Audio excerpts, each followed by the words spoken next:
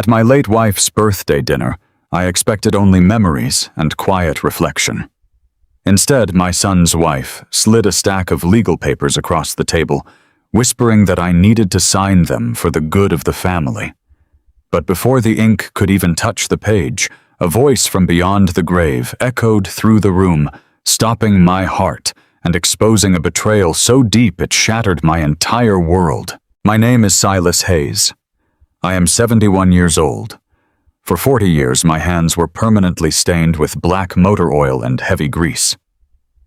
I was a heavy-duty diesel mechanic. I spent my life underneath 18-wheelers, crawling around the massive steel bellies of mining excavators. I breathed in exhaust fumes and busted my knuckles against unyielding iron day after day. I did all of that dirty bone-crushing work for one specific reason. I wanted my son Brent to have a clean life. Every double shift, every weekend, called into the shop, every aching joint was a down payment on his future. I paid every single cent of his tuition to a pristine, high-end business school. I wanted him wearing tailored suits, not oil-stained coveralls. I thought my sacrifices had built a solid, unbreakable foundation for my family. I was terribly wrong. The true measure of a family does not reveal itself when the sun is shining. It shows itself when the foundation cracks and the storm hits. 6 months ago, the absolute center of my universe. My wife, Evelyn, was taken from me.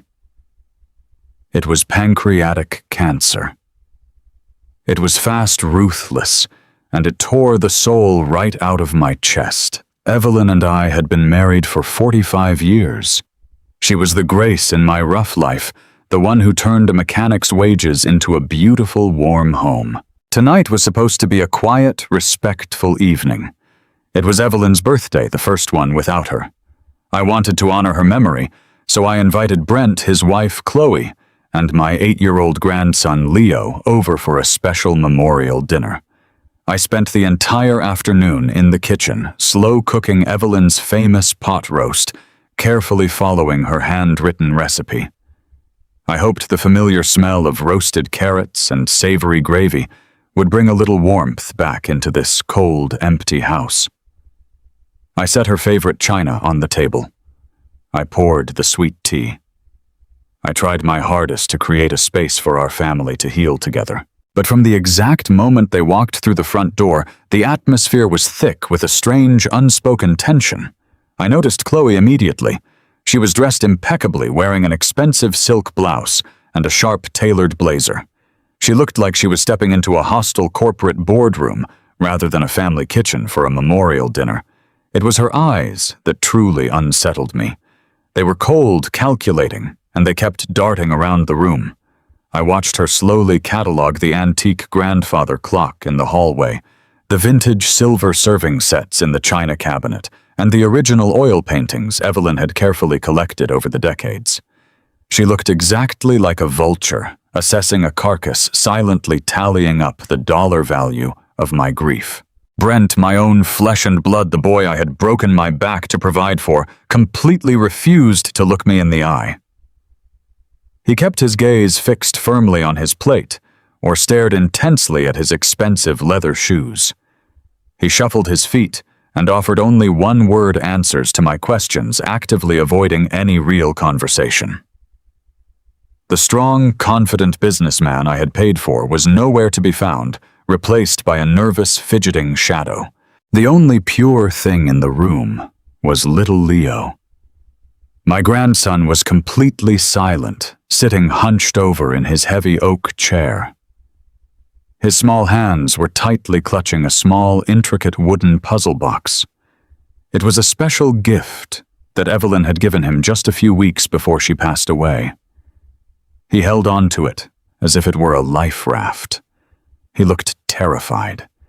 He did not eat a single bite of his food. My grandfatherly instincts were screaming that something was deeply, fundamentally wrong in my house. We managed to painfully endure the meal with forced smiles and agonizingly empty small talk. The silence between us was heavier than the heavy machinery I used to fix. As the evening finally wound down, I stood up and began clearing the dinner plates. I carried them to the kitchen sink, taking a deep breath and trying to steady my shaking hands. I was just turning back around to ask if anyone wanted a slice of the cherry pie I had bought from the local bakery when the trap was finally sprung. Chloe reached into her oversized, expensive designer leather bag. She pulled out a thick, heavy manila folder. The dull thud it made as she dropped it onto my dining table echoed loudly in the quiet room. She casually slid the folder across the polished wood, pushing it directly in front of my empty chair. She offered a perfectly rehearsed, sympathetic smile that absolutely did not reach her cold, calculating eyes. She spoke with a smooth, practiced rhythm. She told me it was just some standard estate consolidation paperwork. She claimed that Brent's accountant had thoroughly reviewed my assets and insisted that signing these documents right now would save me from massive future tax burdens and complicated legal headaches.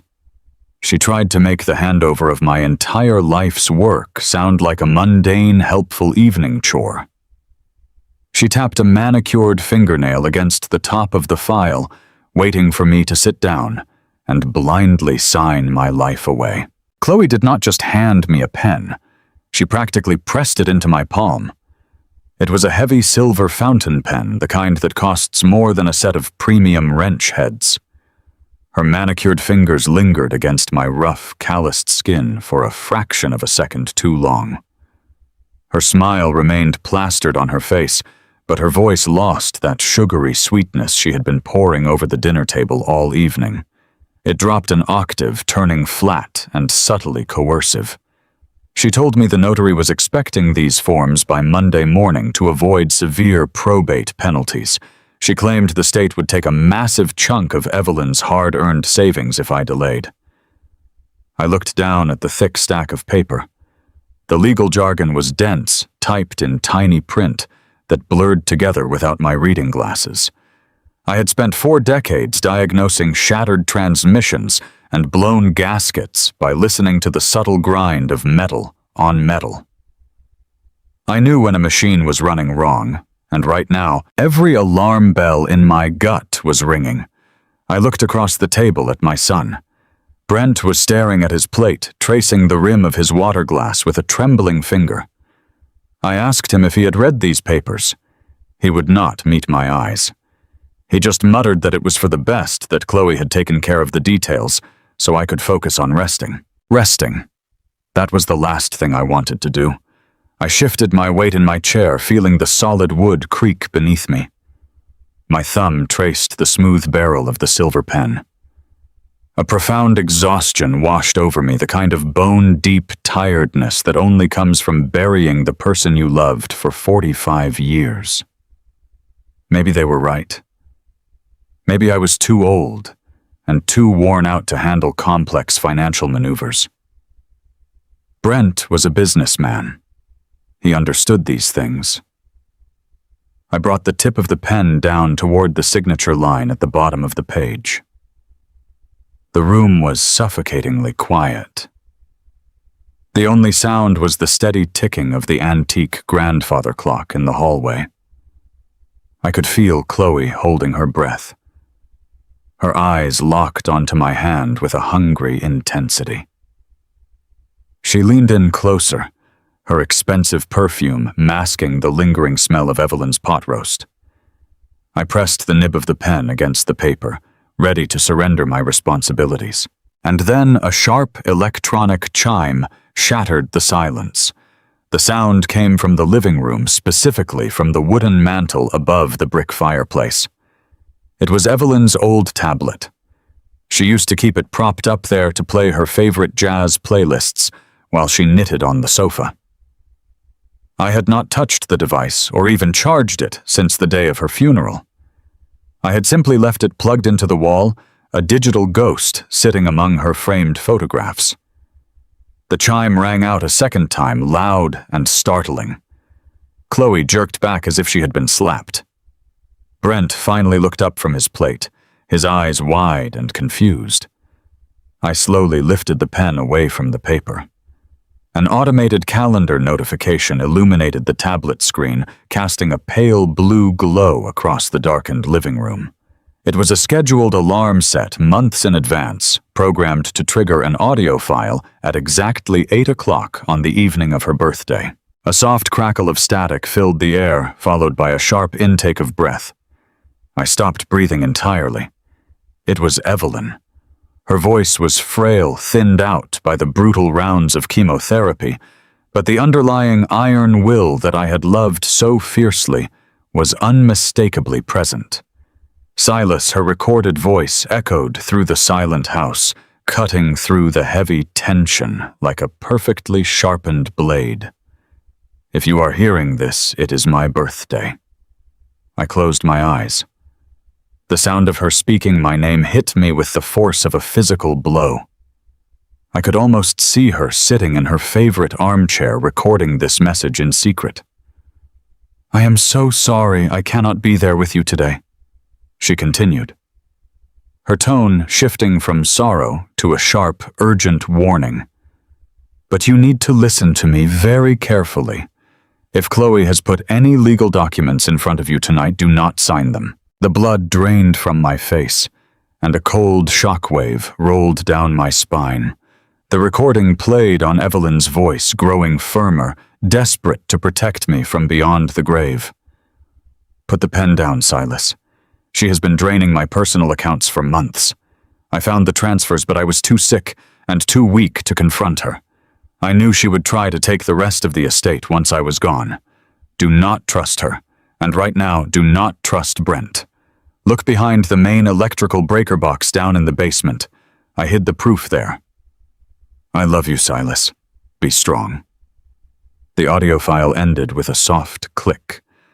The house plunged back into a suffocating, terrifying silence. I slowly opened my eyes and looked at the woman sitting across from me. Chloe was completely paralyzed. All the color had vanished from her face, leaving her skin a sickly, chalky white. Her jaw hung slightly open, her perfectly applied lipstick looking absurd against her expression of absolute terror. Her hands were shaking so violently that her gold bracelets rattled against the edge of the mahogany table. She tried to open her mouth to speak, to spin a lie, to deny the voice of a dead woman, but no sound came out. The polished, arrogant businesswoman had been instantly stripped down to a cornered thief. Brent reacted with pure, unadulterated panic. He jerked backward in his chair so fast that his knee slammed into the heavy wooden table leg. The impact jolted the table, sending his crystal wine glass tipping over the edge. It shattered against the hardwood floor with a sharp crash, sending a pool of dark red wine spreading across the floorboards like a fresh wound. He scrambled to stand up, his face flushed red with guilt and fear, his eyes darting frantically between his wife and the hallway. My own son, the boy I had sacrificed my body to raise, had sat there and watched his wife hand me the instrument of my own destruction. I did not yell. I did not throw the plate against the wall or flip the table. I did not shed a single tear. The crushing, suffocating grief that had been sitting heavy on my chest for 6 agonizing months vanished in a fraction of a second. It evaporated, burned away by a sudden, intense heat rising from my core. I looked down at the heavy silver fountain pen still resting in my hand. I slowly placed it back onto the manila folder, laying it down with deliberate, terrifying precision. I was no longer a grieving, exhausted widower ready to surrender his life. The sadness was gone, entirely replaced by the cold, calculated, mechanical fury of a man who had spent 40 years taking apart broken machines and putting them back together. They had underestimated me. They saw an old man with grease-stained hands and a broken heart, assuming I would just quietly sign my legacy away into their greedy pockets. They forgot that I spent my entire life working with heavy iron, and my hands were stronger than they could ever comprehend. The echo of my late wife's recorded voice hung in the air long after the tablet went dark. For a fleeting second, the dining room was completely paralyzed in a suffocating stillness. Then the survival instinct of a cornered predator kicked in. Chloe practically vaulted out of her chair. Her designer heels scraped harshly against the hardwood floor as she began to wave her hands in the air, her face twisting from pale shock into a mask of frantic defensive indignation. She started screaming that the audio clip was a complete fabrication of a diseased mind. Her voice pierced my ears as she aggressively insisted that the grueling rounds of chemotherapy had poisoned Evelyn's brain, that the heavy painkillers had caused severe, irreversible hallucinations. She had the absolute gall to stand in my home, breathing the air my wife used to breathe, and call my beloved Evelyn delusional. Chloe paced back and forth across the Persian rug, weaving a rapid-fire narrative that the experimental medications had made Evelyn paranoid and suspicious of everyone who was just trying to help her manage her declining health. I turned my gaze slowly toward my son. I waited for Brent to stand up and defend the honor of the mother who had nursed his childhood fevers and cheered at every single one of his graduations. Instead, he wiped a thick bead of sweat from his forehead and nodded weakly along with his wife. He stammered out a pathetic agreement, rubbing his neck and looking anywhere but at me. He claimed his mother was just deeply confused at the end. He muttered that her mind was completely gone during those final weeks, and that she did not understand basic finances anymore. He actually tried to tell me that the massive cash withdrawals were just standard administrative maneuvers meant to protect the family assets from predatory probate courts. Every excuse they vomited into the room felt like a physical blow to my chest, but I refused to give them the satisfaction of seeing me break. I did not raise my voice. I did not throw the china plates or smash the wine bottle against the wall. I have spent my entire life listening to massive turbocharged diesel engines pulling heavy freight. I know the exact pitch a machine makes right before a critical component snaps under immense pressure. That is the exact tone my voice took when I finally spoke. It was a low, dangerous rumble that vibrated right through the center of my ribcage. I stared directly into Chloe's lying, panicked eyes and told her to close her mouth. She snapped her jaw shut, instantly stunned by the sheer gravity of my tone. I did not ask them to leave. I ordered them out of my house. I told them to take their forged paperwork, pick up their expensive cashmere coats, and walk out the front door before I forgot that Brent was my own flesh and blood. Brent tried to step forward, holding his hands up in a cowardly, placating gesture. He called me Dad and begged me to just sit down and talk about this rationally like adults. He had the nerve to say I was letting my fresh grief cloud my judgment. I took one heavy, deliberate step toward him, closing the distance between us, and the sheer force of my simmering anger made him stumble backward into the hallway wall. I told him he had exactly 10 seconds to get off my property before I threw him out myself. Before the chaos could escalate any further, I felt a small, trembling hand tug gently on the sleeve of my worn flannel shirt. It was Leo. My 8-year-old grandson was standing near the edge of the dining table, looking absolutely terrified. The sudden shouting and the broken glass on the floor had pushed the poor boy to the brink of tears. The hardened armor around my heart melted for just a fraction of a second.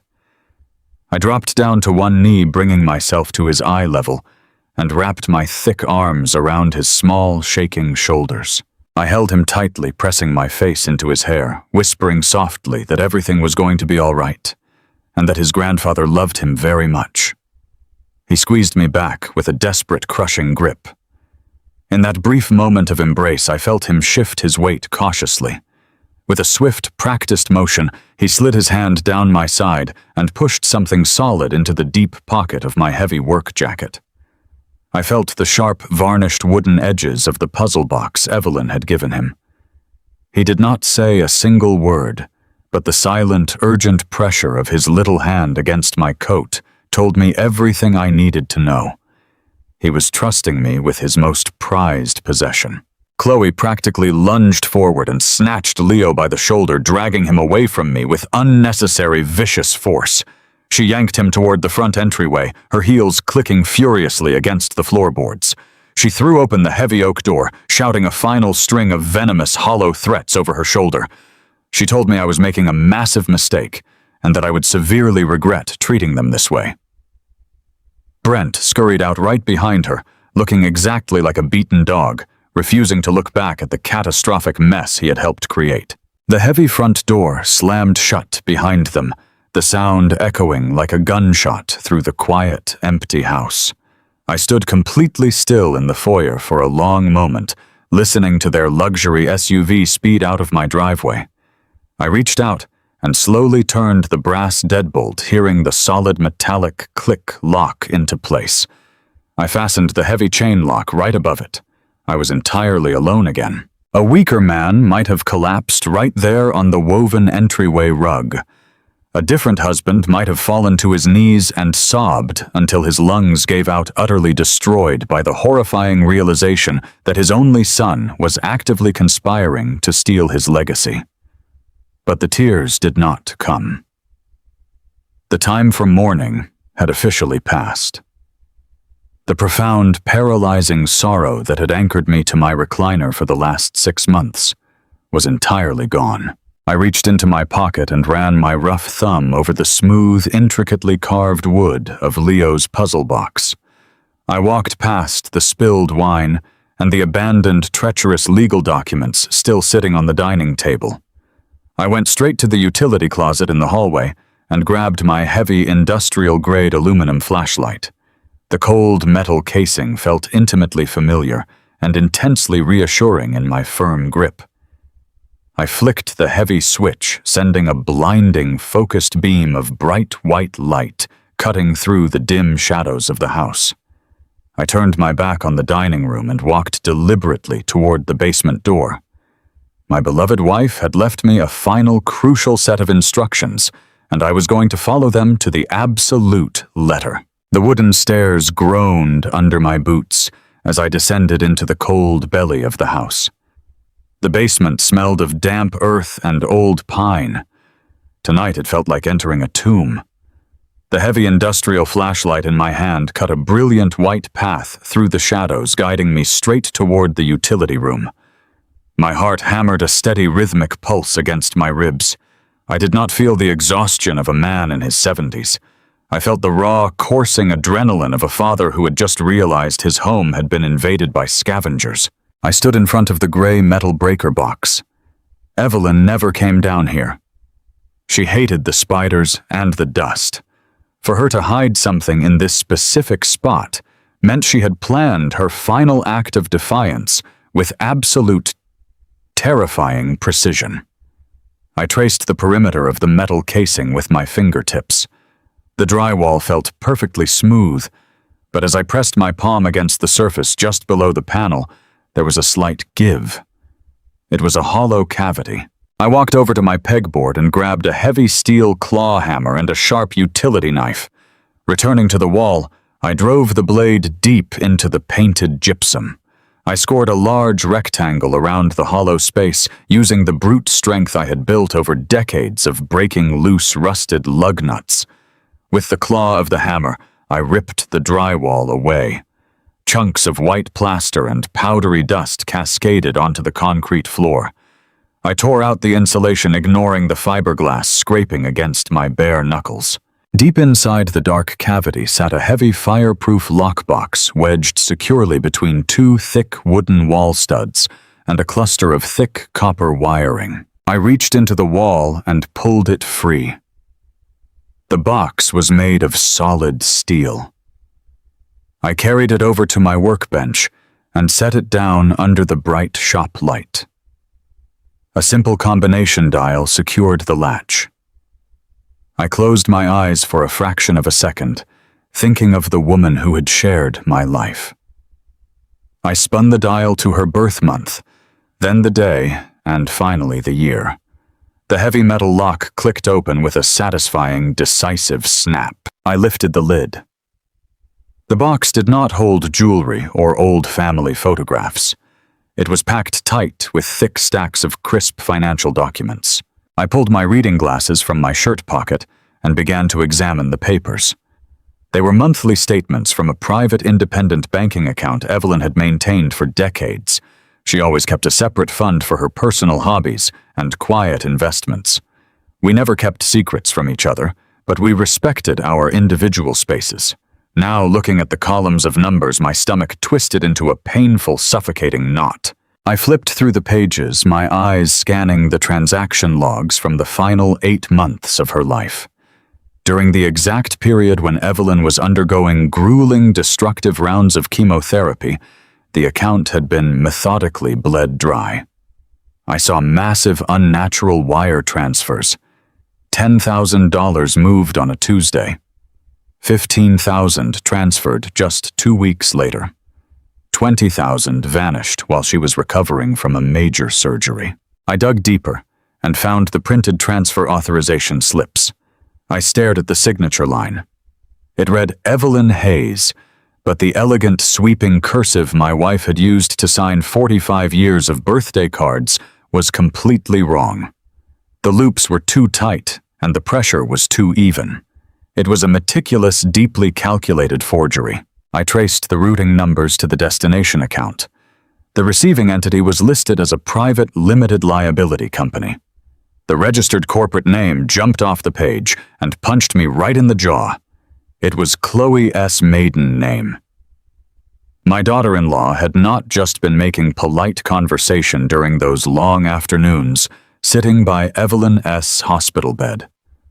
She had been quietly stealing our financial information, forging my dying wife S. signature, and funneling our family wealth into a hidden offshore shell company. I tallied the stolen funds in my head. The total exceeded $150,000. She had robbed a dying woman blind while smiling in my face. Beneath the thick stack of damning bank records lay a single piece of pale blue stationery. It was Evelyn S.'s favorite writing paper. I picked it up with trembling fingers. The handwriting on this page was genuine, but it was weak and shaky. It was the desperate scrawl of a woman who had been entirely robbed of her physical strength. The letter began with my name. Evelyn wrote that she had noticed the missing funds just weeks before she passed. She had checked her digital statements on her tablet and saw the massive discrepancies. She explained that the cancer had left her too exhausted, too frail, and entirely too sick to initiate a brutal legal war against our own daughter-in-law. She knew Chloe was circling her like a hungry vulture. She wrote that she gathered every piece of proof she could secure from her tablet and hid it down here in the dark. She chose the basement because she knew it was my sanctuary. It was a place where only a mechanic husband would eventually look to fix something broken. The final paragraph broke my heart all over again. Evelyn asked for my absolute forgiveness for keeping this terrible betrayal a secret. She wrote that she needed me to focus entirely on saying goodbye, to hold her hand in peace, and not to spend her final days fighting a toxic war. She wanted to shield me from the ugliness until she was gone. Now she wrote that she was passing the torch to me. She asked me to protect Leo and to reclaim what belonged to our family. I folded the pale blue paper with profound reverence and slipped it into my shirt pocket right over my heart. The lingering tears blurring my vision completely dried up. My jaw set like solid concrete. The exhausted, grieving widower who had walked down those wooden stairs was permanently gone.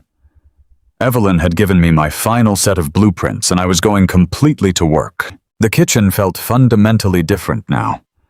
The warm yellow glow from the overhead lamp cast long, stark shadows across the scratched linoleum floor. I sat alone at the scarred oak table, my heavy, oil-stained hands dwarfing the delicate object resting directly in front of me. It was the wooden puzzle box. My 8-year-old grandson, Leo, had pressed it into my jacket pocket just hours ago with a quiet desperation that still haunted my every thought. Evelyn had commissioned a local carpenter to carve this specific piece just for him. It was a beautiful, complex puzzle crafted from rich mahogany and pale birch, covered entirely in deeply engraved symbols. My wife had always believed in pushing a child's mind to grow, to reach far beyond the ordinary limits of our small town. Evelyn had spent the last 2 years of her life sitting right here at this very table, with Leo teaching him the intricate complexities of the Mandarin language. I vividly remembered the sound of their soft voices practicing tones, drawing bold characters on wide sheets of sketch paper while I drank my morning coffee. She always told him that learning Mandarin would unlock the entire world for him, that it was the language of the future. I ran my rough thumb over the smooth, polished wood, feeling the intricate grooves of the foreign characters. I knew there was a secret hidden inside. Leo had not handed this to me by accident. He was a smart boy, entirely too observant for his age, and he was completely terrified. I took a deep breath and focused my failing eyes on the wooden tiles. The box required a specific sequential combination of characters to be pressed in order to release the internal latch. I thought about my wife. I thought about the core, unyielding values she instilled in our grandson during those quiet afternoon lessons. She did not just teach him a foreign language, she taught him guiding principles. I carefully rotated the box, studying the myriad of carved symbols. My memory drifted back to a specific lesson I had overheard just weeks before her terminal diagnosis. She had pointed to a complex character and told Leo to always guard it fiercely in his heart. Truth. I scanned the sides of the puzzle box until I located the exact symbol she had drawn that day. I pressed my thick thumb against the wooden tile. It slid downward with a satisfying mechanical click, but the lid remained firmly shut. It needed a second word to complete the circuit. What was the other absolute pillar of Evelyn's life? What was the one thing she fought to preserve until her dying breath? Family. I searched the remaining tiles, my pulse quickening with every second. There it was. I pressed the second symbol firmly. A soft, precise snap echoed in the silent kitchen. The intricate mahogany lid popped open by a fraction of an inch. I carefully lifted the top off the box. Nestled inside the hollow velvet-lined compartment was a small black USB flash drive. It was so tiny, barely the size of my thumbnail, yet it felt incredibly heavy with implication. My chest tightened. I knew immediately that this was not a language lesson or a collection of innocent family photos. I pushed my chair back from the table and walked over to my cramped home office alcove. I booted up my rugged industrial laptop, a bulky machine I used to log heavy engine diagnostics and order tractor parts. The cooling fan whirred to life, a comforting mechanical hum in a house that had become suffocatingly quiet. I plugged the small black drive into the side port. A folder popped up on the bright screen. It contained a single massive video file labeled with a date from just 2 weeks ago. I grabbed my reading glasses, perched them on the bridge of my nose, and double-clicked the icon. The video player launched, displaying a grainy, high-angle view of a familiar room. It was Leo's bedroom at Brent and Chloe's house. I recognized the red race car bed and the model airplanes I had helped him build last summer. I realized instantly what I was looking at. It was footage from an old nanny cam, a device Chloe had loudly boasted about disabling years ago when Leo finally outgrew his crib. She had been wrong. The camera was completely functional, and someone had deliberately activated it. The footage showed my 8-year-old grandson sitting on the edge of his bed, his small shoulders slumped forward in absolute defeat. A moment later, the bedroom door swung open. Chloe marched into the frame. She was not wearing her public mask of sweet maternal concern. Her posture was rigid, her face contorted with a vicious, unyielding sneer. She pointed a sharp, manicured finger directly at the terrified boy. I turned up the volume, bracing myself for the impact of her words. Her voice hissed through the laptop speakers, venomous and cold. She told Leo to stop crying, calling him a pathetic, useless burden. She paced in front of his bed, her tone dripping with absolute malice. She explicitly told my grandson that as soon as they successfully locked me away in a care facility and sold my property, his life was going to drastically change. She looked the weeping child dead in the eye and promised him that he was being shipped off to a strict, year-round military boarding school in a completely different state. She sneered that she was done dealing with him, that she and Brent were going to use the newfound money to live their own luxurious lives, and that Leo was nothing but an obstacle to her happiness. She commanded him to keep his mouth permanently shut about their plans, threatening severe punishment if he breathed a single word to me. The video ended with Chloe slamming the bedroom door, leaving the broken child to sob alone in the dark. I sat frozen in my desk chair, my hands curled into tight fists. The sheer cruelty of her words physically sickened me. My grandson had been carrying this massive, terrifying burden entirely alone, living under the thumb of a monster who viewed him as disposable garbage. The anger radiating through my veins was no longer a hot, blinding rage. It had crystallized into something far more dangerous. The morning sun broke through the kitchen window, casting a harsh and unforgiving light across the scratched oak dining table. I had not slept a single wink. My black coffee had gone stone cold hours ago, but the caffeine was entirely unnecessary. The horrifying images from that hidden video file burned fiercely in my mind, fueling a steady and relentless engine of adrenaline deep inside my chest. I was sitting there quietly calculating my next move when a sharp, aggressive knock rattled the heavy wooden front door. For a brief second, I thought it might be Brent. I thought my son might have finally found a shred of a conscience and crawled back to apologize for the monstrous ambush the night before. I pushed my chair back, my joints aching from the sheer tension of the past 12 hours, and walked heavily toward the foyer. When I unlocked the deadbolt and pulled the door open, I did not find my son. Instead, a young stranger in a cheap, poorly fitting gray suit stood on my front porch. He had a bored, highly transactional expression on his face and held a thick, tightly bound stack of legal documents in his hands. He barely even looked me in the eye. He simply asked if I was Silas Hayes. When I nodded, he shoved the heavy stack of papers directly against my chest, muttered that I had been officially served, and turned on his heel to walk quickly back to his idling sedan. I stood on the porch in the crisp morning air, holding the dense bundle of paper. The sheer physical weight of the documents felt like a lead brick in my hands. A cold, sinking sensation washed over me as I carried the files back into the kitchen, dropping them right next to Evelyn's old wooden recipe box. I reached into my shirt pocket, pulled out my reading glasses, and prepared to look the devil right in the face. The cover page was stamped with the official seal of the county probate court.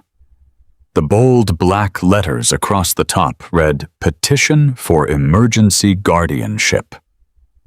I slowly turned the pages, my eyes scanning the dense, suffocating legal jargon. The names of the primary petitioners jumped off the page like a physical strike to the jaw. Brent Hayes and Chloe Hayes. My own flesh and blood, along with the woman who was secretly torturing my grandson, were asking a judge to strip me of my fundamental human rights. As I read through the attached affidavits, the true and sickening depth of their deception was laid completely bare. They had not just filed a standard legal motion, they had spun a completely fabricated, incredibly malicious narrative designed to utterly destroy my credibility. Chloe had written a sworn statement painting a tragic, pitiful picture of a broken, senile old man who had completely lost his grip on reality. The document explicitly cited grief-induced dementia. She claimed that ever since Evelyn passed away, I had become highly erratic, dangerously confused, and prone to violent outbursts. The affidavit listed a series of entirely invented incidents. She claimed I was leaving the gas stove running for hours, that I was wandering the neighborhood aimlessly in the middle of the night, and that my sudden mood swings made me a direct physical threat to myself and to young Leo. I read the words over and over, feeling a sickening wave of revulsion rise in my throat. Brent had actually signed his name to these despicable lies. He had legally verified a completely manufactured story just to push his aging father out of the way. Their proposed legal solution was laid out with cold clinical precision in the final pages of the petition. They asked the court to grant them full immediate power of attorney over my life and my finances. They requested permission to forcibly remove me from my home of 40 years and lock me away in a secure, restricted memory care facility. They argued that my property and all my remaining assets needed to be immediately liquidated to cover the exorbitant costs of my round-the-clock medical supervision. It was a perfectly designed, legally binding trap. I took off my glasses and rubbed my tired eyes. The heavy gears in my mind clicked into place, locking the entire sinister puzzle together in vivid clarity. This was never just about the $150,000 Chloe had quietly siphoned from Evelyn's private bank accounts. That stolen cash was just the appetizer. It was the initial funding they needed to build this elaborate legal snare. The real prize was the entire estate. Between the current equity in the house, my accumulated union pension, the life insurance payouts, and the undeveloped land I owned outright, my total net worth hovered right around $1.2 million. They did not want to wait for me to die naturally. They wanted the entire fortune right now, and they were actively weaponizing the American legal system to dig my grave early. By declaring me mentally incompetent, they could entirely bypass the probate process, take absolute control of the family wealth, and silence the only person standing between them and total financial freedom. Furthermore, locking me away in a secure facility would completely eliminate me as a threat to Chloe. It would guarantee that her brutal emotional abuse of Leo remained a permanently buried secret. I flipped to the very last page of the summons, searching for the official court date. The bold text indicated that an emergency ex parte hearing had been scheduled for this coming Friday morning. It was currently Monday. They had deliberately expedited the legal process to completely overwhelm my defenses. They wanted to hit me with a massive disorienting shock and awe campaign, leaving me frantically scrambling for a lawyer before the judge brought the final gavel down. The clock was ticking down incredibly fast. In just 4 short days, I was scheduled to lose my home, my life savings, my personal freedom, and my precious grandson. They had engineered a brilliant, ruthless ambush. They genuinely thought the tight deadline and the heavy legal threats would force a tired, grieving mechanic to simply collapse under the pressure and surrender. But they made one fatal miscalculation in their grand design. They forgot that you can only apply so much pressure to solid forged steel before it violently crushes the machine trying to bend it. I folded the legal documents, placed them neatly back into the heavy envelope, and stood up from the kitchen table. The time for mourning and shock was completely over. I had exactly 72 hours to build a massive counteroffensive that would utterly demolish their lives, and I knew exactly who I needed to call first to start pouring the concrete. The walls of my house had always felt like a fortress, but standing in the kitchen with those emergency guardianship papers in my hand, I realized my defenses were entirely obsolete. I was a mechanic. I knew how to rebuild shattered transmissions and weld broken axles back together.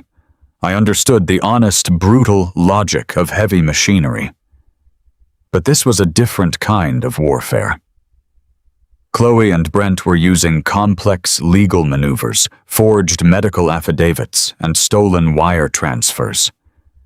I was completely out of my depth in this treacherous corporate swamp. If I wanted to crush their scheme before Friday, I needed someone who spoke their deceptive language.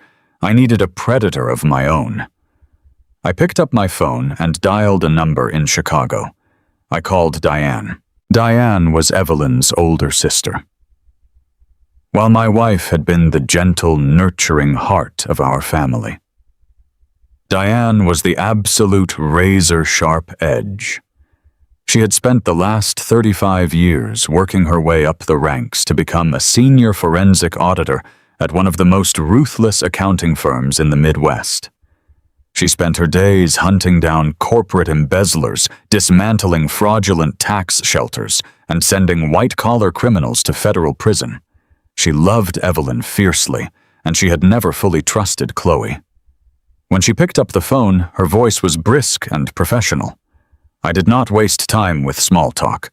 I simply told her that Brent and his wife had stolen $150,000 from Evelyn's private accounts, and were now actively trying to lock me in a psychiatric facility to steal the rest of the estate. The silence on the other end of the line was absolute and terrifying.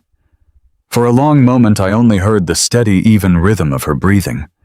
Then her voice dropped into a deadly, icy whisper. She told me to lock my doors, ignore any calls from my son, and put a fresh pot of coffee on the stove. She said she was throwing a bag in her car and driving straight down. She promised me that by the time she was finished with them, they would be begging for mercy. She arrived late that evening, stepping out of her sleek black sedan, looking like a woman going to war. Diane did not stop to hug me or offer empty condolences. She walked straight into my house, dropped her leather briefcase onto the floor, and demanded to see the paperwork. I led her down to the basement, and together we carried the heavy fireproof lockbox upstairs. We spread every single document across the polished oak wood of the dining room table, the exact same table where Chloe had tried to trick me into signing my entire life away just 24 hours earlier. Watching Diane work was like watching a master surgeon operating on a critical patient. She pulled a pair of reading glasses from her blazer pocket and began sorting the bank statements, the forged transfer slips, and the guardianship petition into precise, organized columns. The corporate ruthlessness she carried radiated through the room, perfectly complementing my own blue-collar grit. I provided the raw, unyielding determination, and she provided the tactical, analytical strikes we needed to dismantle their lies. For 3 hours, we scoured the financial records. I watched her trace the flow of stolen money with the tip of her silver pen, her eyes scanning the columns of numbers with terrifying speed. Suddenly, she stopped. She pulled a specific stack of wire transfer receipts closer, her brow furrowing in deep concentration. She looked up at me, her eyes flashing with a predatory gleam. She told me the math was right, but the execution was completely wrong. She explained that financial institutions have strict, automated safeguards designed to protect elderly clients from exactly this type of sudden, massive asset drain. Diane pointed to a transaction from 4 months ago, where $20,000 had been moved into the fraudulent holding company in a single day. She explained that moving that much liquid cash out of a stagnant savings account should have instantly triggered an automatic fraud alert. A transfer of that magnitude required a mandatory verbal verification call from the bank manager directly to the account holder. Evelyn had been home during those days, confined to her bed by the grueling chemotherapy treatments. We had been together constantly, and our home phone had never rang with a security check from the bank. The implications hit me with the force of a swinging sledgehammer.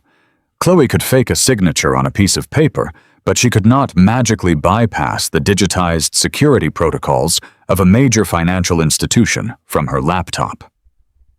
Diane Cross referenced the dates of the largest withdrawals against the routing numbers and the specific branch identification codes listed at the top of the statements.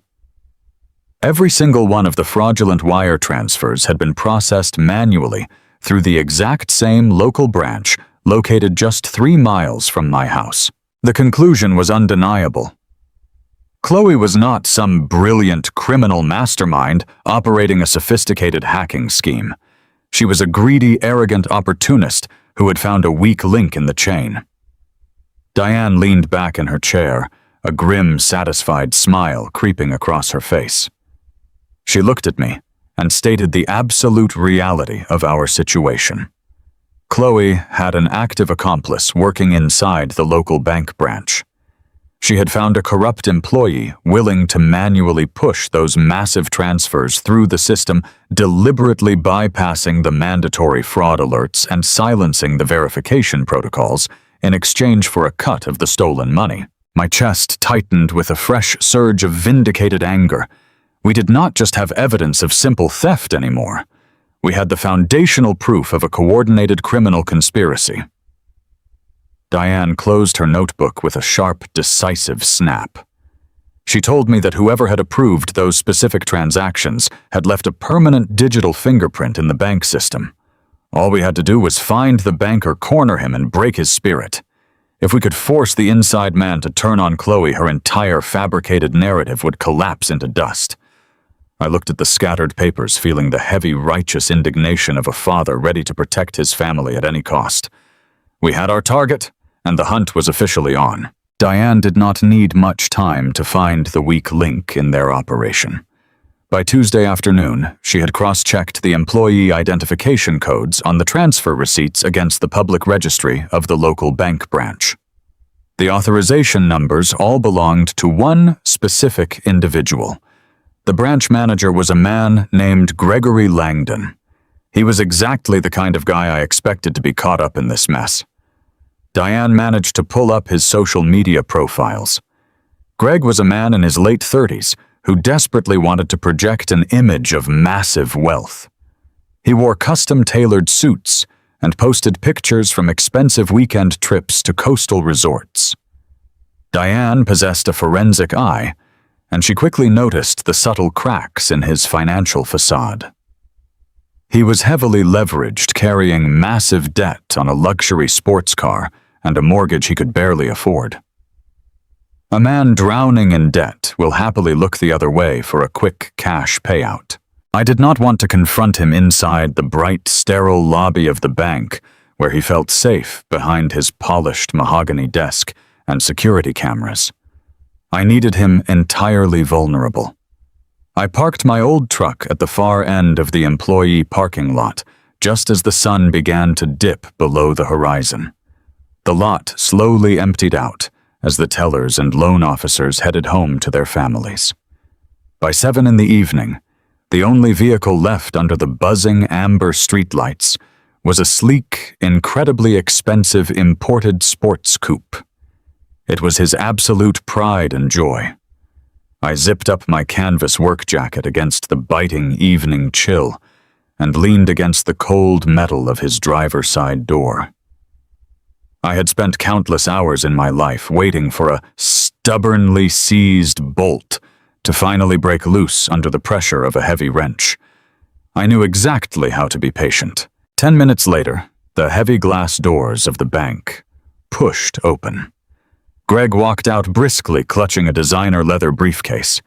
He was humming a quiet tune, completely oblivious to the absolute wrecking ball heading straight for his carefully curated life. When he finally noticed me standing next to his precious car, he stopped dead in his tracks. His arrogant posture immediately shifted into nervous, defensive irritation. He demanded to know who I was and warned me to step away from his vehicle before he called the local authorities. I did not move a single inch. I simply reached into the inner pocket of my jacket and pulled out a thick, securely bound stack of papers. I introduced myself as the husband of Evelyn Hayes. The absolute panic that washed over his face at the sound of my wife, and her name was all the confirmation I needed. The slick, arrogant banker instantly turned into a cornered rat. He tried to stammer out a pathetic corporate greeting, claiming he was very sorry for my recent loss, but that bank hours were officially closed. I cut him off with a low, steady tone. I tossed the stack of forged wire transfer receipts onto the sleek hood of his sports car. I told him my sister-in-law was a senior forensic auditor, and she had spent the entire night tracking every digital fingerprint he left in the banking system. I watched his eyes dart frantically toward the documents. I explained that we knew he manually bypassed the mandatory security alerts for elderly account holders. I told him we had undeniable proof that he personally pushed through over $150,000 in fraudulent transfers based on a signature a child could see was faked. Greg tried to open his mouth to deny it, but his voice completely failed him. He began to sweat profusely in the cold evening air. I informed him that Diane had already drafted a comprehensive report for the Federal Bureau of Investigation. I told him the wire fraud division would have the entire meticulously documented file sitting on their desks by 8 in the morning. I laid out the reality of his situation with absolute clarity. I told him that federal prison was not going to be kind to a soft white-collar thief, and his entire life was about to evaporate into thin air. I offered him one single, narrow escape route. I told him I did not care about him. He was just a loose bolt in a much larger machine I was actively dismantling. I demanded the raw, unfiltered truth about Chloe. The threat of losing his freedom, his luxury car, and his career shattered whatever loyalty he had to my daughter-in-law. Greg collapsed against the side of his car, gasping for air and clutching his chest. He began to confess with a pathetic, desperate speed. He admitted that Chloe had approached him months ago, knowing he was drowning in hidden credit card debt. She had offered him a highly lucrative arrangement completely off the books. He opened his trembling briefcase right there on the hood of the car and pulled out his personal laptop. His fingers shook violently as he booted up the machine and accessed a hidden encrypted folder he kept for his own protection. There is no honor among thieves, and Greg had kept meticulous digital receipts just in case Chloe ever tried to throw him under the bus. He turned the laptop screen toward me, showing a direct, unedited ledger of private messages and untraceable digital payments. The logs clearly proved that Chloe had paid him a $10,000 kickback directly from the funds she had stolen from Evelyn. It was the absolute, undeniable smoking gun we needed to link the theft directly to her hands. I pulled a blank flash drive from my pocket and ordered him to copy every single file message and transaction log right then and there. I watched him transfer the data, feeling a grim, powerful satisfaction blooming in my chest. When the transfer was complete, I pocketed the drive and stepped away from his car. I told him to stay entirely quiet and wait for the coming storm. I walked away across the dark parking lot, leaving the corrupt banker weeping against his expensive car, completely broken and utterly defeated. The harsh morning sunlight poured through the kitchen blinds, illuminating the scattered piles of legal documents Diane and I had spent the entire night dissecting. My eyes burned from exhaustion, but the adrenaline pumping through my veins kept my mind razor sharp. I picked up the thickest packet of the bunch. It was the emergency guardianship petition.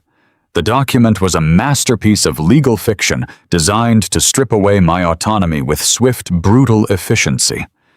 But what caught my immediate attention was the medical affidavit attached to the very back. This was the supposed golden ticket Chloe and Brent were relying on to force me into a locked facility. I adjusted my glasses and focused on the bold ink at the bottom of the page. The sworn statement confidently declared that I was suffering from advanced grief-induced dementia. It described me as dangerously unstable, cognitively impaired, and entirely incapable of managing my own daily affairs. It was a terrifying diagnosis, the kind of medical verdict that effectively ends a person's independent life. But the most shocking part was not the fabricated medical jargon. It was the signature stamped on the final line. The doctor authorizing my sudden mental incompetence was a man named Dr. Arthur Sterling. I stared at the name for a long, quiet moment, feeling a cold wave of absolute disgust wash over me. I had lived in this town for over 40 years. I knew my primary care physician, my dentist, and the cardiologist who treated Evelyn. I had never in my 71 years of life met a Dr. Sterling. I slid the paper across the oak table to Diane. I tapped my thick, calloused finger directly on the signature. I told her I had never set foot in that man's office, never spoken to him on the phone, and certainly never submitted to any kind of psychological evaluation. The sheer audacity of it was breathtaking. This physician had essentially signed a death warrant for my freedom without ever laying eyes on the patient in question. Diane did not look surprised. She merely offered a grim, knowing smile. She pulled her laptop closer, cracked her knuckles, and immediately went to work doing what she did best. She began hunting for the hidden connections. It took her less than an hour to peel back the polished layers of Arthur Sterling's professional life. She did not find a highly respected neurologist or a dedicated geriatric specialist. Instead, her deep digital dive revealed a man running a highly lucrative, incredibly shady operation on the affluent north side of town. Sterling operated a boutique wellness clinic. It was a facility known less for genuine medical care and far more for catering to the wealthy elite who wanted quick fixes and expensive, questionable treatments. Diane dug into the public court records and uncovered a deeply troubling history. Over the past 10 years, Sterling had faced multiple malpractice lawsuits. The cases were quietly settled out of court, but the underlying accusations were clear. He was notorious for aggressive prescription pill pushing, writing highly dubious authorizations for patients with enough cash to look the other way. But Diane did not stop there. She knew that a corrupt doctor did not just randomly select an old mechanic to diagnose with dementia. There had to be a bridge between my greedy daughter-in-law and this unethical physician. She cross-referenced local society pages, charity gala attendee lists, and social media geotags. The connection surfaced with glaring, undeniable clarity. Dr. Sterling was a prominent, highly active member of the exact same exclusive country club where Chloe spent her weekends networking and sipping expensive cocktails.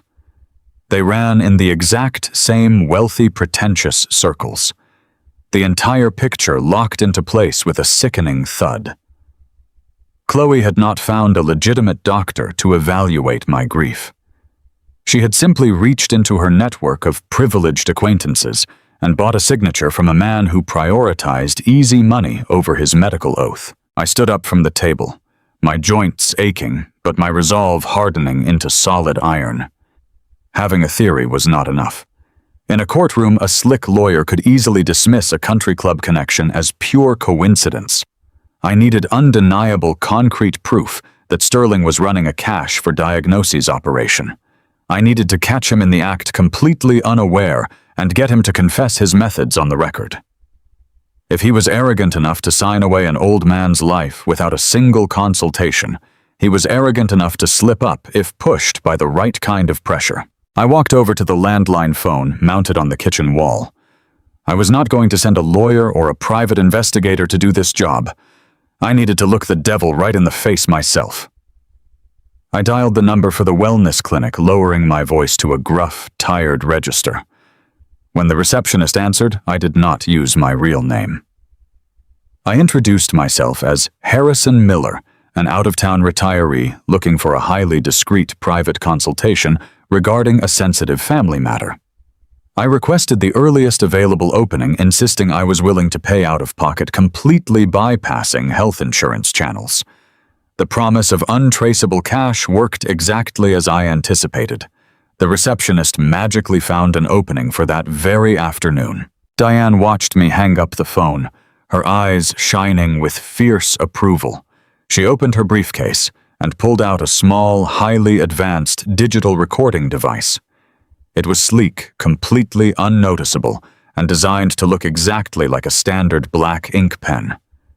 She walked over and clipped it securely into the front pocket of my heavy canvas work shirt. She showed me how to activate the microphone with a single subtle click. I spent the next few hours mentally preparing for the confrontation. I had spent decades listening to the rhythmic knocking of failing diesel engines, diagnosing the exact point of catastrophic failure just by the sound. People were no different than machines. When they were corrupt, when their foundational integrity was completely rusted through, they made a specific kind of noise under pressure. I knew exactly how to apply that pressure. I washed my hands, scrubbing the lingering grease from my knuckles, and buttoned up my jacket. I was about to walk right into a den of thieves armed with nothing but a hidden microphone and the absolute unyielding fury of a father defending his home. The waiting room of the Sterling Wellness Institute looked like the lobby of a high-end luxury hotel. I stood near a massive glass water feature, feeling the plush white carpet sink beneath my heavy work boots. The air smelled of lavender and expensive oils, presenting a sharp contrast to the familiar scent of motor oil and sawdust I was used to breathing. A young receptionist with a practiced hollow smile guided me down a long, quiet hallway to the private consultation rooms. She opened a solid oak door and gestured for me to step inside. I walked into the trap, my posture straight, and my hidden recording pen securely clipped to my shirt pocket. Dr. Arthur Sterling was sitting behind a polished mahogany desk, typing rapidly on a sleek silver laptop. He looked like a man who spent far more time on a sunny golf course than inside a medical library.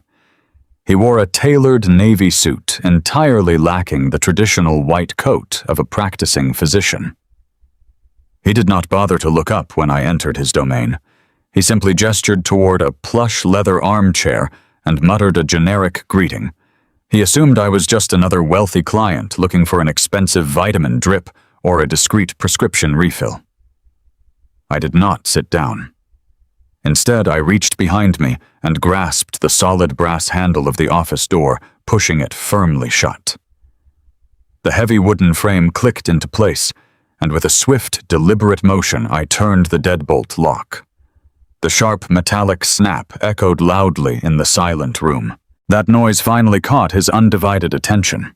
Sterling snapped his head up, and his smooth, tanned face twisted into a mask of sudden confusion and rising indignation. He opened his mouth, likely to demand what on earth I thought I was doing, but I did not give him the chance to speak. I closed the distance between us in 3 long, heavy strides.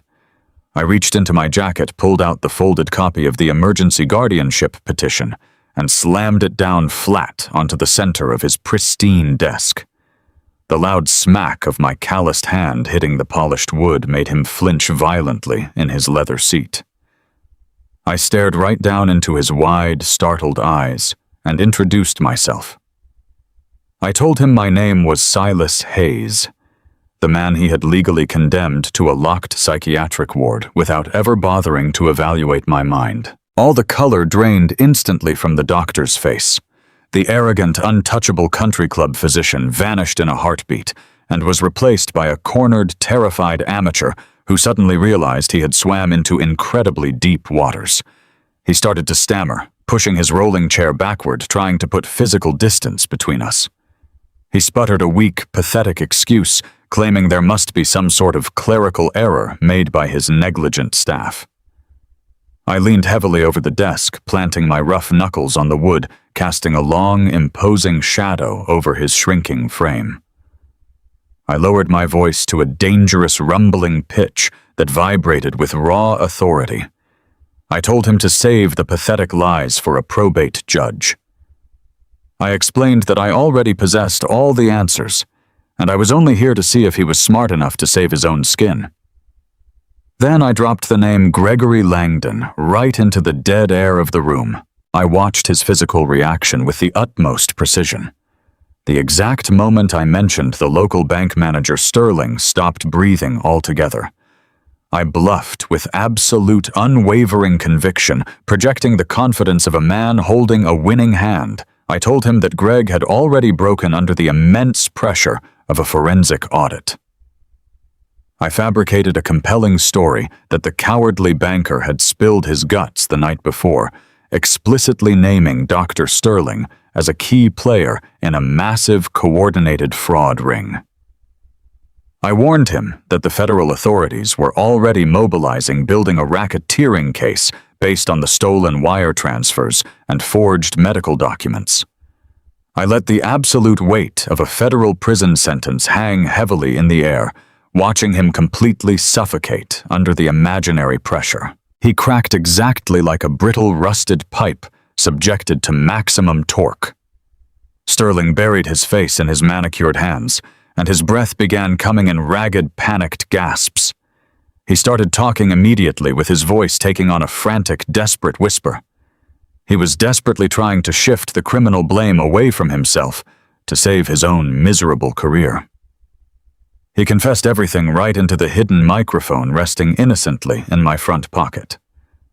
He admitted that Chloe had approached him at a weekend charity gala, spinning a tragic, fabricated sob story about a violent, unstable father-in-law who was a physical danger to his own grandson.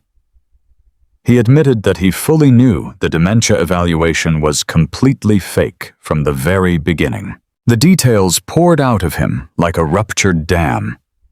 He confessed that Chloe had paid him a direct, untraceable cash bribe of exactly $15,000 to sign the paperwork sight unseen.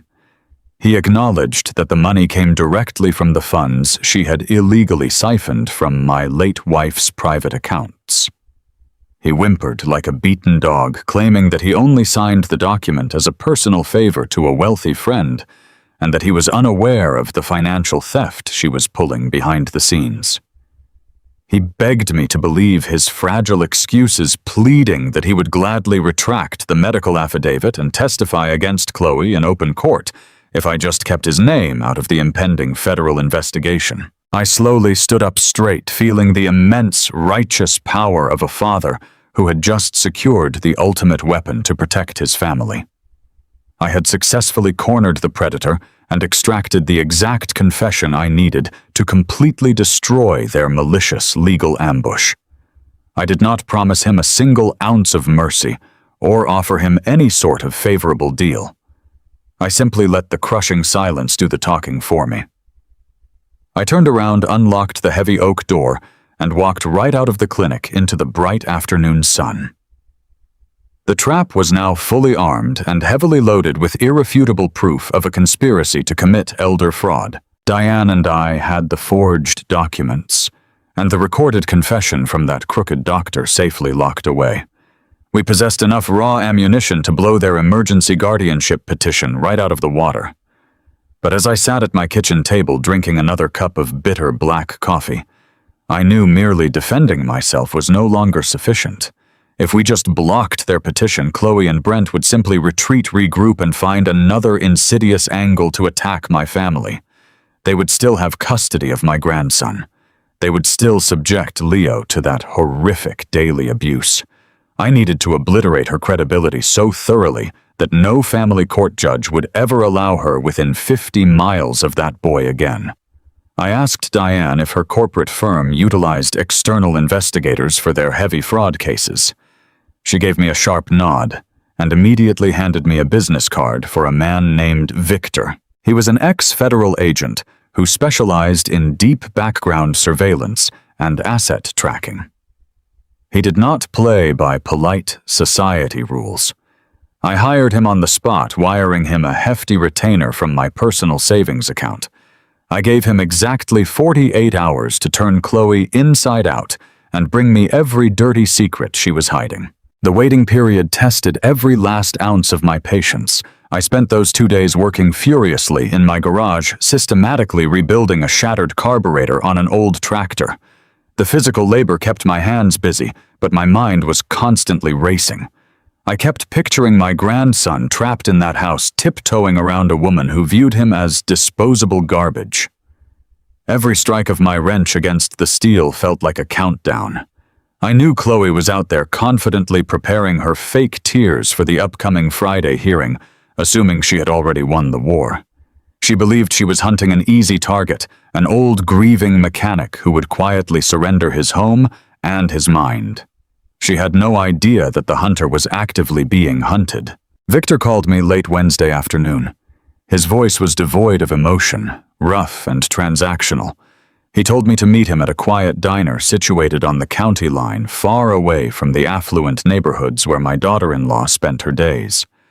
I arrived early, taking a booth in the very back corner. When Victor slid into the seat across from me, he did not waste a single second on pleasantries. He dropped a thick manila folder directly onto the chipped Formica table. He looked at me with tired, cynical eyes and stated that my daughter-in-law was a deeply reckless individual living a dangerous double life. I opened the heavy folder. The very first page contained a detailed financial breakdown that made my jaw clench. We already knew Chloe was stealing to fund a luxurious lifestyle, but Victor had uncovered the true black hole swallowing all that cash. She was not just buying designer shoes and expensive handbags. Chloe was drowning in massive high-stakes illegal gambling debts. Victor had tracked her movements to a series of underground card games and illegal sports betting rings operating out of the city. She possessed a devastating addiction and a terrible losing streak. The sheer magnitude of her financial ruin was staggering. She had blown through the $150,000 stolen from my late wife in a matter of months, desperately trying to chase her massive losses. As I turned the pages, the depths of her betrayal grew even more sickening. Victor had secured high-resolution photographs and digital receipts, exposing her secondary obsession. Chloe was actively conducting a brazen affair with her much younger personal trainer. The pictures showed them lounging by affluent hotel pools and sharing expensive romantic dinners. Victor had pulled the credit card routing numbers, proving that Evelyn's hard-earned money, the funds my beautiful wife had saved over decades of careful budgeting, was directly financing this disgusting charade. Chloe was paying for this man's luxury vacations, his tailored clothes and his premium hotel suites, using the very cash she had siphoned from a dying woman. The image of my wife enduring grueling chemotherapy sessions while this parasite drained her accounts to entertain a lover made my blood boil hot enough to scorch my veins. Evelyn had suffered so quietly trying to protect our family from strife. Meanwhile, Chloe was laughing in expensive hotel rooms, throwing away our legacy on illegal poker hands and a cheap romance. It was a level of profound disrespect that transcended simple greed. It was pure evil. I stared at the glossy photographs, feeling a cold, dark silence settle over my entire soul. Brent, my own son, was either completely blind to his wife's monstrous behavior or he was entirely complicit. Either way, he had allowed this poison into our family, and he was actively helping her try to destroy me to cover her tracks. Victor leaned forward and tapped a specific heavily highlighted document near the bottom of the stack. This was the final nail, the absolute motive driving their frantic legal ambush against me. He explained that Chloe had recently borrowed heavily from an extremely dangerous network of private loan sharks to cover her mounting gambling losses. These were not polite bank managers who sent warning letters in the mail. These were violent, unforgiving men who demanded immediate repayment with astronomical interest rates. Victor told me that her bookies had officially called in her markers. She had been given a strict, non-negotiable deadline. If Chloe did not deliver a massive sum of cash by the absolute end of the month, the men holding her debt were going to aggressively repossess all of her personal assets. They would take her luxury cars, strip her home, and likely resort to severe physical intimidation. She was completely cornered, staring down the barrel of total personal and financial annihilation.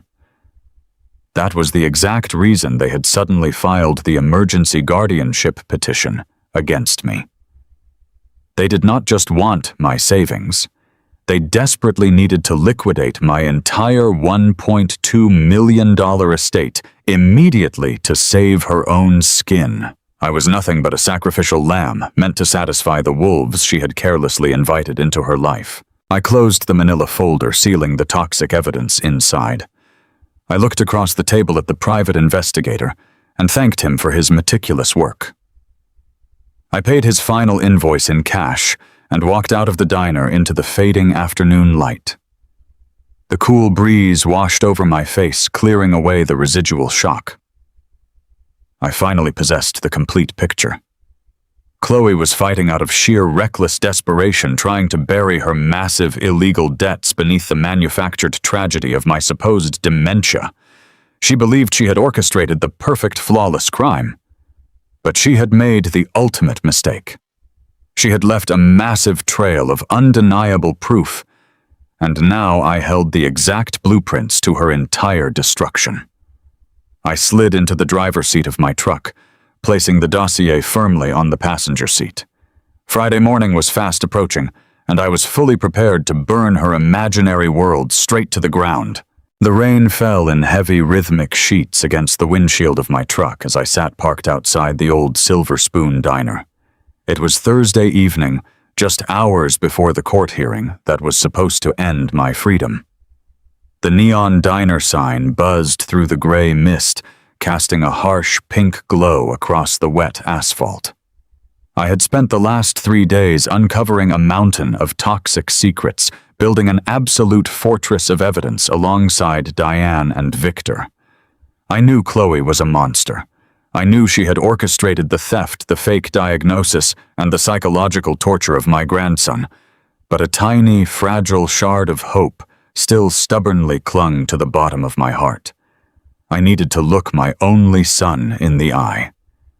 I needed to know if Brent was a helpless, blind victim trapped in his wife's manipulative web, or if the boy I raised had actively conspired to bury me.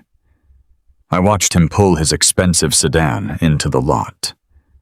He stepped out, sheltering his tailored suit under a large black umbrella, and hurried inside the warm diner. I gripped the steering wheel, feeling the familiar rough texture of the worn leather. I took one final deep breath, stepped out into the freezing rain, and walked through the glass doors to face the ultimate truth. The old roadside diner smelled strongly of greasy fried onions and stale black coffee. It was mostly empty, populated only by a few tired truck drivers and a waitress wiping down the far counter. Brent was sitting in a corner booth, staring intensely at his phone screen. He did not notice me until I slid into the vinyl seat directly across from him. He suddenly jumped, his face going completely pale as he fumbled awkwardly to slip the expensive phone into his jacket pocket. He looked around frantically, likely wondering if I was going to cause a loud scene in a public place. I did not raise my voice once. I kept my heavy hands resting flat on the sticky table and looked at him with the quiet, desperate exhaustion of a father begging for a lifeline. I told him I knew everything. I kept the details vague, simply stating that I understood what Chloe was doing with the money and the guardianship papers. I offered him a clear, completely unobstructed path to redemption. I pleaded with him to tell me he was ignorant of her crimes. I wanted him to say he had been fooled, that he had blindly signed those awful court documents because he trusted his wife, and that he would help me fix this terrible mess.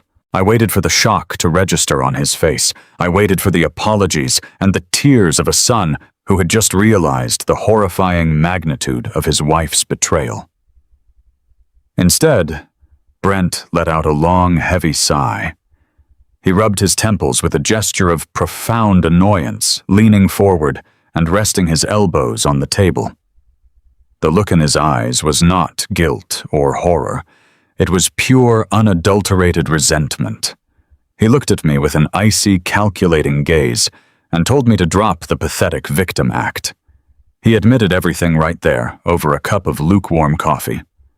He knew about the massive cash withdrawals. He knew about the forged signatures on his mother's accounts. He even knew about the fake medical evaluation. He justified the entire sickening operation by blaming me for his own massive failures.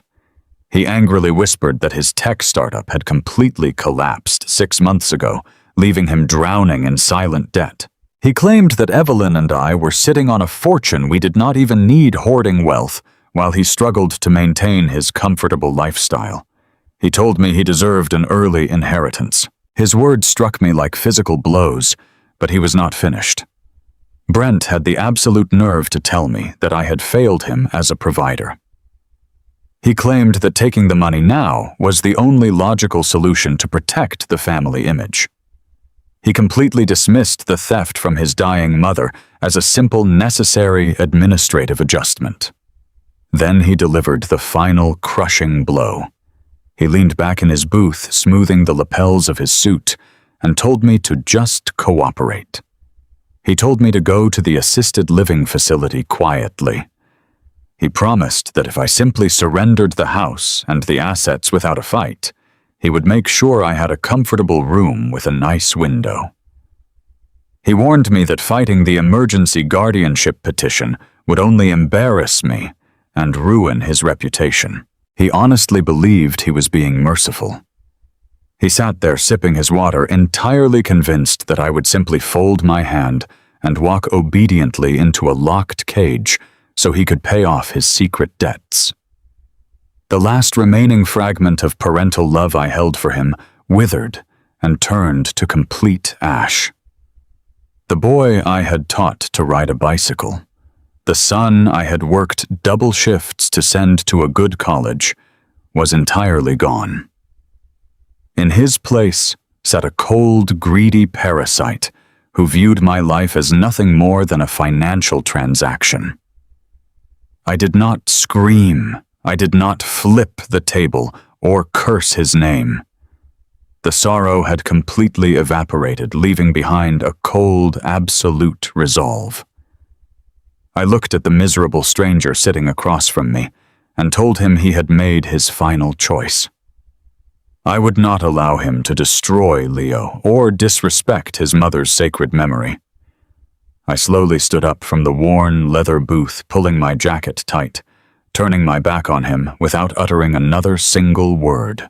I walked out of the diner and back into the freezing rain. The time for mercy was officially over.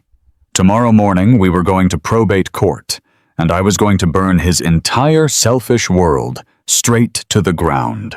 The crisp morning air held a bitter edge, the kind of biting chill that settles deep into your bones right before a major storm breaks. I was standing in my garage, running a grease rag over my hands, meticulously reviewing the battle plan Diane and I had constructed.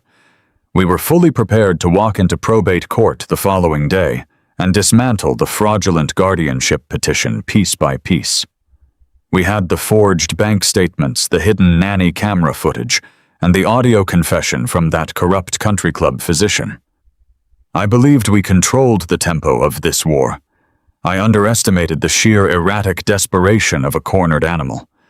Predators do not wait for the scheduled hour of combat when they sense the trap closing around them. Sometime shortly after dawn, the delicate web of lies Chloe had spun began to violently unravel.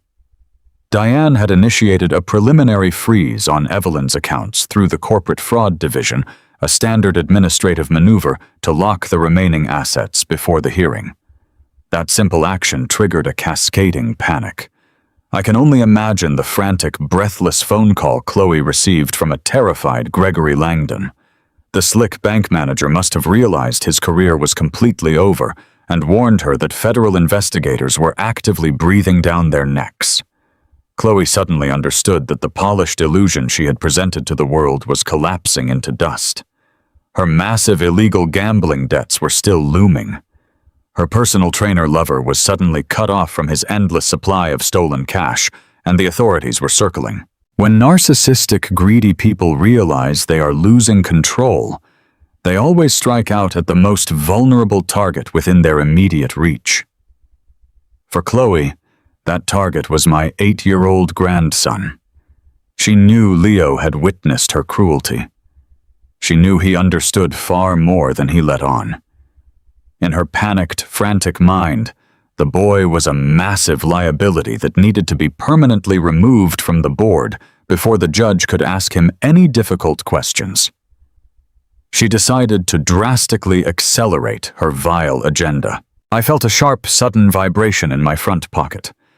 It was not my standard cell phone.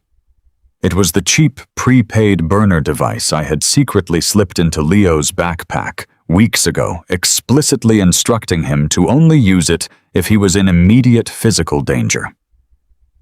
I pulled the small plastic phone out my heart, instantly leaping into my throat. The screen lit up with a frantic misspelled text message. It read that she was pulling him out of math class. It said she was extremely angry, throwing his clothes into a black plastic trash bag and yelling about driving straight to the airport. She was executing her threat. She was actively trying to put him on a plane to that brutal year-round military boarding school in another state before I could even present my evidence to the court. A cold, terrifying shockwave radiated through my chest, immediately followed by an explosive surge of raw, unyielding paternal fury. I did not waste a single second trying to call Brent. I knew my son was entirely useless, fully complicit in this disaster, and likely hiding from the fallout.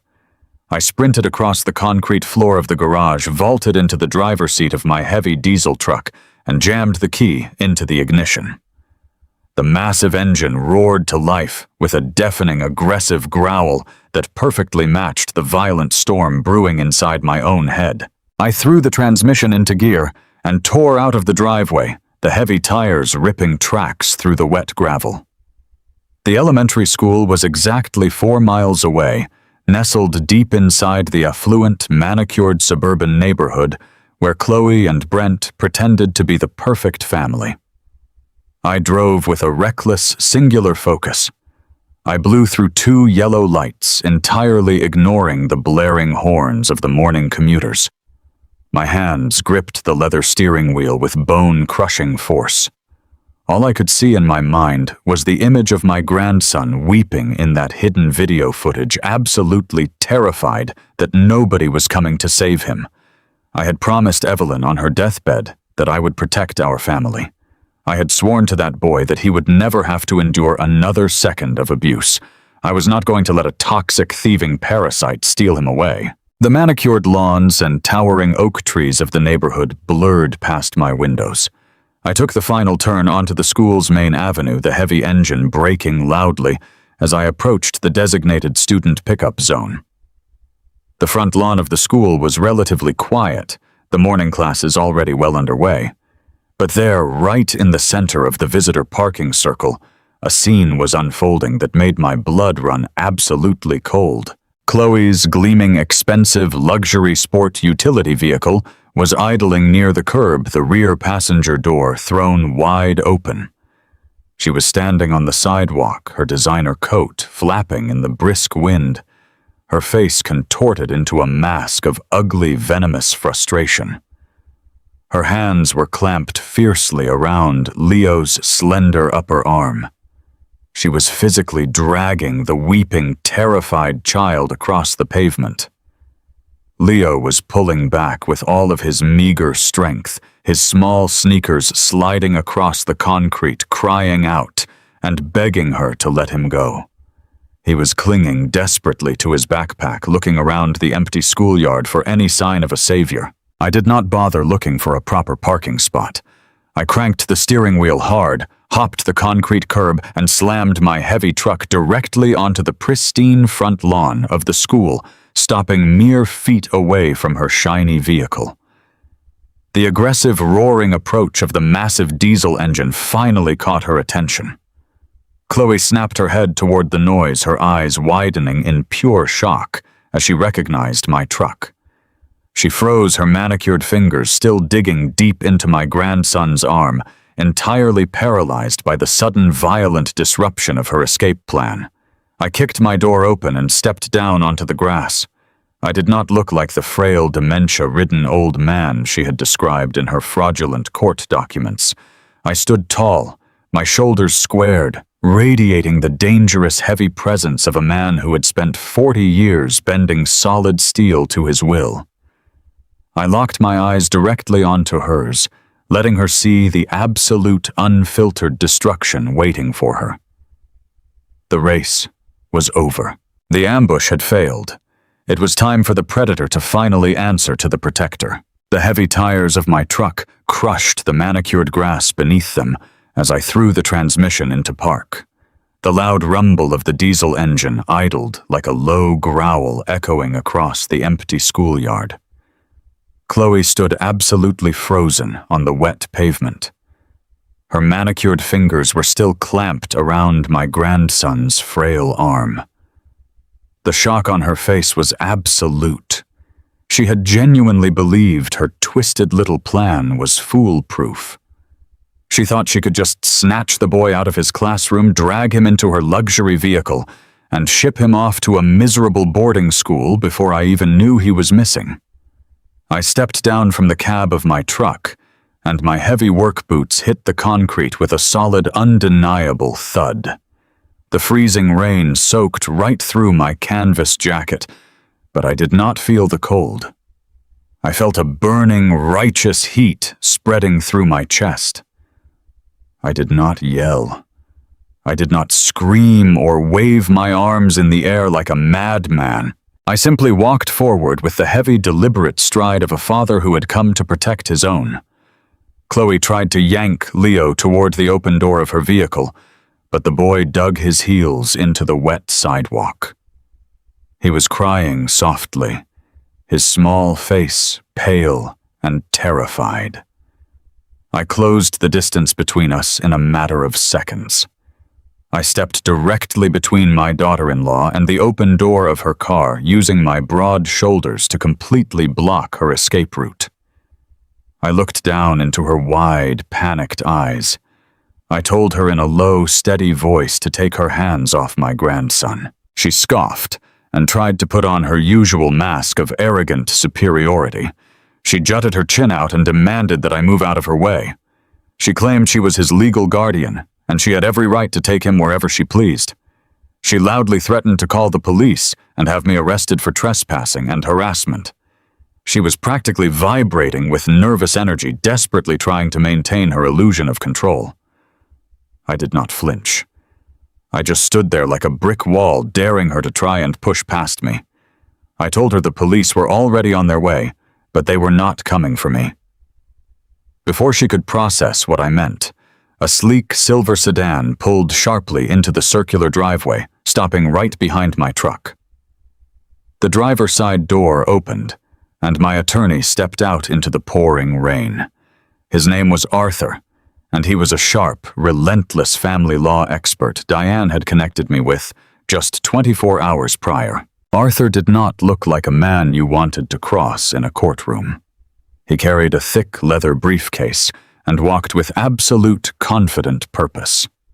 He approached us on the sidewalk, shielding himself with a dark umbrella. He did not offer Chloe a polite greeting. He simply reached into his briefcase and pulled out a thick stack of freshly printed legal documents. The top page bore the heavy official seal of the family court. Arthur held the paperwork out to her and announced that she was holding a judge-signed emergency ex parte order. He explained the situation with cold, clinical precision.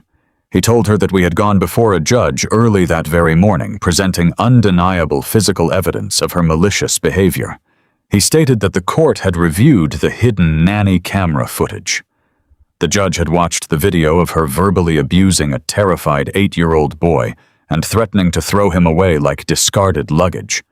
The court had also seen the communications proving her desperate attempt to flee the jurisdiction and hide the child out of state to cover her tracks. Arthur looked Chloe right in the eyes and delivered the final crushing blow. He told her that based on the undeniable evidence of imminent harm and psychological abuse, the judge had immediately stripped her and Brent of their custodial rights. The court had granted me full emergency temporary custody of Leo, effective immediately. The color completely drained from Chloe's face. Her jaw actually dropped as her eyes darted from Arthur to the official court seal on the papers. She tried to deny it, sputtering that the documents were fake and that she was going to sue us for defamation. She tightened her grip on Leo's arm, pulling him closer to her side in a final desperate act of defiance. The boy whimpered, looking up at me with tear-filled eyes, pleading silently for help. That was exactly when the heavy glass doors of the elementary school swung open. The campus resource officer, a tall, imposing man in a dark blue uniform, marched quickly down the concrete steps. He had clearly been watching the escalating confrontation from inside the warm building. He approached our group, resting his hand casually on his utility belt. He looked at the legal documents Arthur was holding out, and then turned his stern gaze directly onto Chloe. He ordered her in a firm, uncompromising tone to release the child immediately. He warned her that if she refused to comply with a direct judicial order, he would place her in handcuffs right there on the sidewalk in front of the entire school staff and all the passing parents. The explicit threat of public humiliation and actual jail time finally broke her stubborn resolve. Chloe snatched her hand away from Leo's arm as if she had been physically burned. The moment he was free, my grandson did not hesitate. He dropped his heavy backpack onto the wet pavement and ran straight into my arms. I dropped down to one knee right there in the freezing rain and wrapped my thick arms around his small, shaking body. I held him tightly against my chest, pressing my face into his wet hair, telling him over and over that he was finally safe. I promised him nobody would ever hurt him again. Chloe scrambled backward toward her luxury vehicle, looking like a cornered, terrified animal whose trap had suddenly sprung shut on her own leg. She threw herself into the driver's seat and slammed the heavy door shut. She rolled down the window just enough to scream a final venomous threat through the pouring rain. She yelled that this was not over and that she was going to absolutely destroy me in probate court on Friday morning. She slammed the car into gear and sped away out of the parking lot, her tires squealing loudly against the wet asphalt. I stood up, holding my grandson's small hand firmly in my own. I watched her vehicle disappear down the misty street, feeling a deep, profound sense of righteous victory settling into my bones. The ultimate battle was not entirely finished, but I had just secured the most important treasure in my life. The house was wrapped in a thick, comforting silence that I had not experienced in months. Upstairs in the guest bedroom, my grandson was finally sleeping peacefully. The dark shadows of fear that had haunted his small face were slowly beginning to fade. I had sat in the hallway for over an hour, just listening to the steady rhythm of his breathing. Having Leo safe under my roof was the greatest victory I could have ever asked for, but I knew the war was far from over. I walked downstairs into the dim living room and sat in my worn leather armchair. Outside, the rain had finally stopped, leaving the suburban streets slick and shining under the amber glow of the streetlights. It was Thursday evening. The hands of the grandfather clock in the hallway were ticking steadily toward the impending Friday morning probate hearing. Chloe and Brent were undoubtedly scrambling right now, trying to figure out how to counter the emergency injunction my lawyer had slammed them with earlier that day. I knew I needed to control the battlefield. I needed them arrogant, greedy, and completely blind to the devastation I was about to unleash. I poured myself a glass of cold water and cleared my throat. I had spent 40 years working with heavy steel and complex machinery. I knew how to apply pressure, and I knew how to release it to manipulate the outcome. Tonight, I needed to manipulate the most painful variable in my life. I needed to play my own son. I took a deep, steady breath and picked up my cell phone. I dialed the number I had memorized decades ago, back when Brent was just a boy asking me to come to his baseball games. The phone rang 3 times before the line clicked open. Brent did not offer a standard greeting. His voice was sharp, aggressive, and dripping with defensive venom. He immediately launched into a frantic tirade threatening me with police action, grand theft, and kidnapping charges. He sounded like a cornered rat, barking out legal terms he barely understood. I did not interrupt his pathetic performance. I let him vent his manufactured outrage until he finally ran out of breath. When a heavy silence fell over the line, I let out a long, shaky sigh. I purposely dropped the pitch of my voice, allowing a rough, gravelly exhaustion to coat my words. I channeled every ounce of grief and weariness I had felt since Evelyn passed away. I told him I was done fighting. I told him that seeing little Leo crying on the wet sidewalk at the school today had broken something fundamental inside of me. I painted the perfect audio portrait of a weary 71-year-old mechanic who simply had no strength left to endure a bitter public war against his own flesh and blood. I could hear the immediate shift in his breathing. The aggressive bluster vanished, replaced by a cautious, greedy curiosity. I swallowed my pride and fed his massive ego. I told him that he and Chloe had won. I told him my bones ached, my heart was heavy, and I absolutely refused to drag my family name through the mud of a public courtroom spectacle. Then I gently laid out the bait perfectly tailored to target their deepest vulnerabilities. I proposed a clean, permanent transaction. I offered to voluntarily sign over the deed to my entire estate. I told him I would gladly transfer the house, the liquid savings, and my entire retirement portfolio directly into their complete control. I offered them the millions they had been so desperately trying to steal through that fraudulent guardianship petition. All I asked in return was one simple concession. I demanded that they officially drop the probate case permanently, surrender any custodial claim to my grandson, and leave us in peace forever. I told him I would take Leo and move into a small, quiet apartment far away from their complicated lives. The silence on the other end of the receiver was deafening. I could vividly picture the scene unfolding in their lavish living room. I could hear muffled, frantic whispers.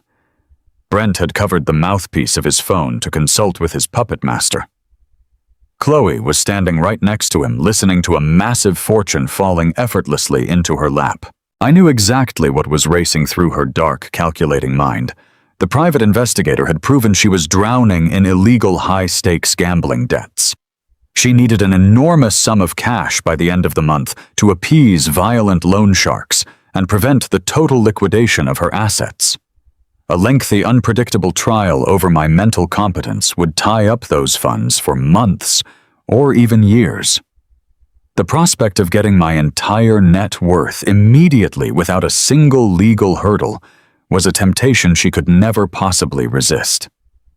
Their bottomless greed was a terminal illness completely blinding them to the glaring red flags of my sudden surrender.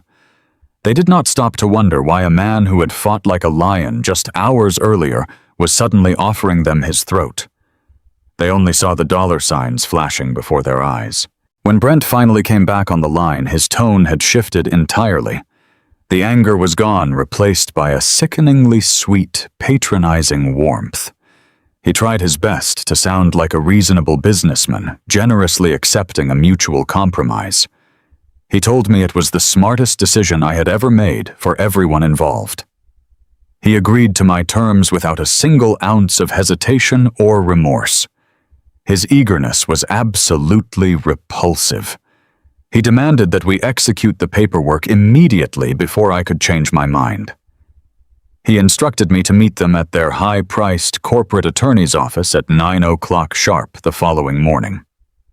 They wanted the transfer deeds signed, notarized, and legally binding before the weekend began. I agreed in a weak, submissive whisper, thanking him softly before ending the call. I lowered the phone and sat alone in the dim light of my quiet house. A slow, dangerous smile crept across my face. They had swallowed the hook, the line, and the sinker. They truly believed tomorrow morning was going to be their ultimate victory lap. They thought they had finally conquered the old man. They had absolutely no idea they were walking straight into a devastating ambush that would completely obliterate their corrupt lives. Friday morning arrived with a sharp, blinding clarity. The violent storm from the previous night had completely washed the city clean, leaving the skyline gleaming like polished steel under the rising sun.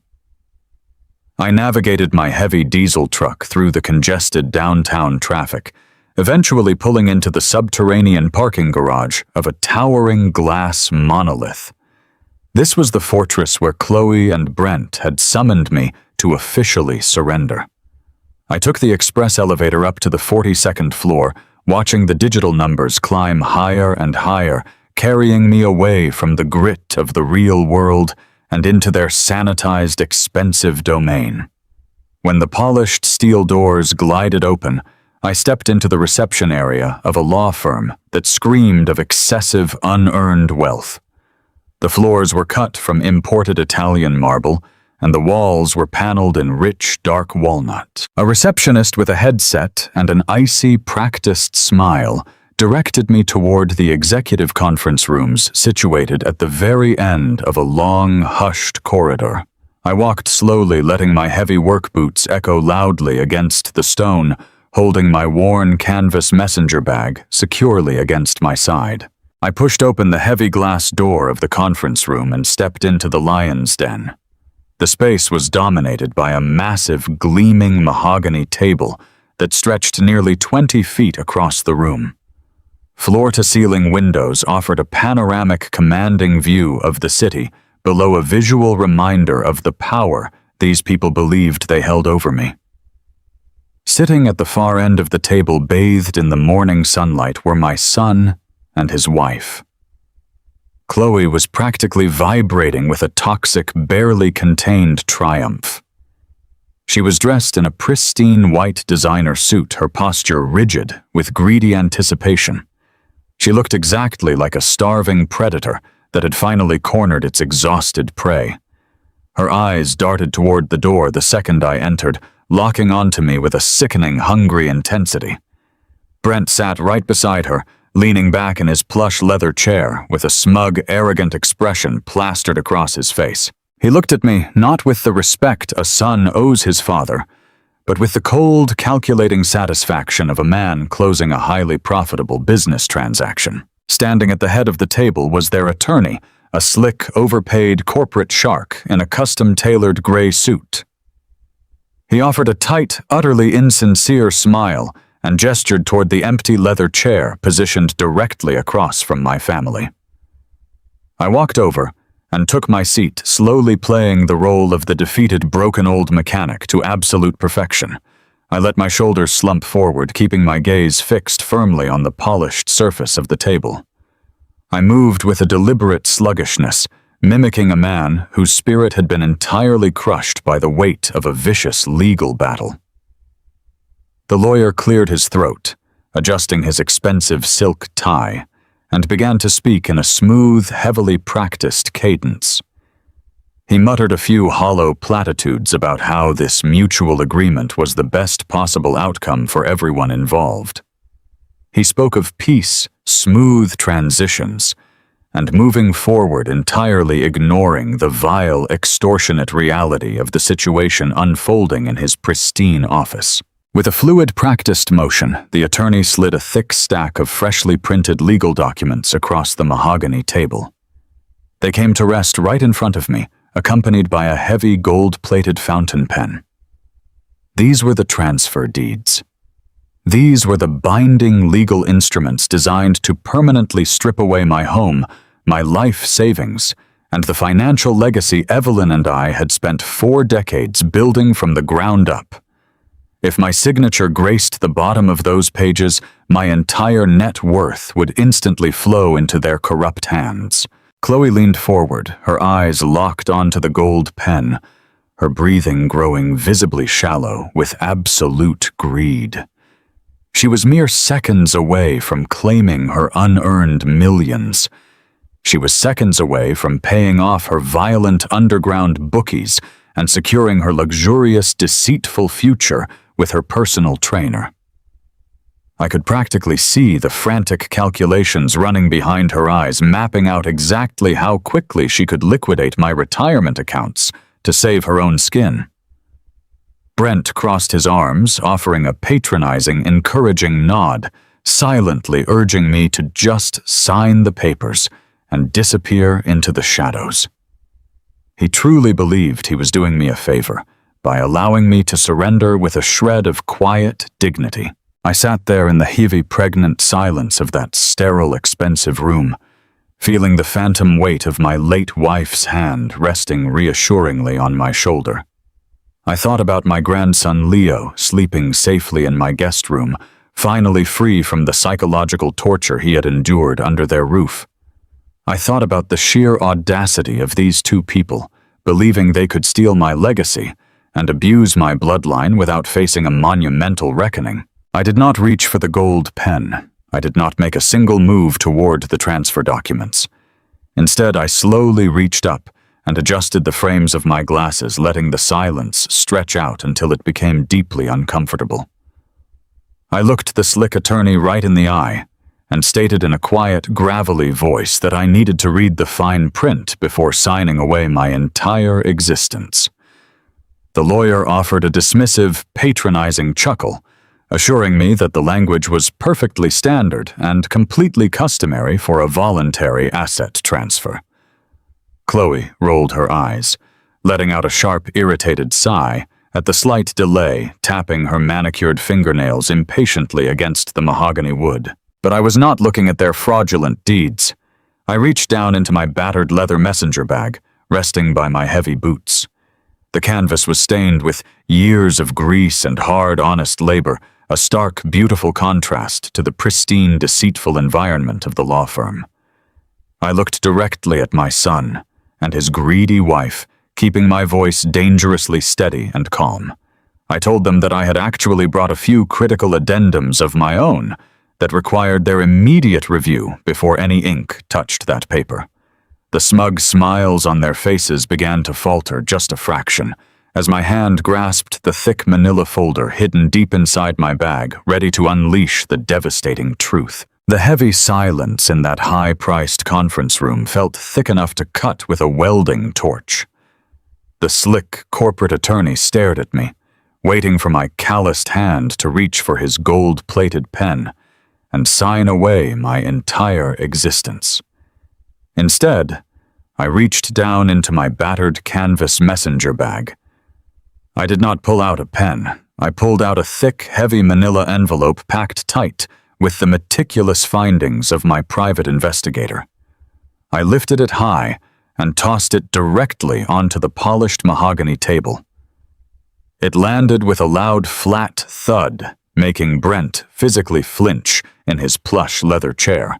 I looked right at Chloe, keeping my voice dangerously low and steady, telling her I brought a few necessary additions to our little agreement. Chloe glared at me with a mixture of annoyance and arrogant superiority, but her natural curiosity ultimately won out. She reached across the expensive wood and flipped the heavy cover open. A dozen glossy photographs immediately spilled out, spreading like a toxic stain. I watched the arrogant color drain out of her face in real time.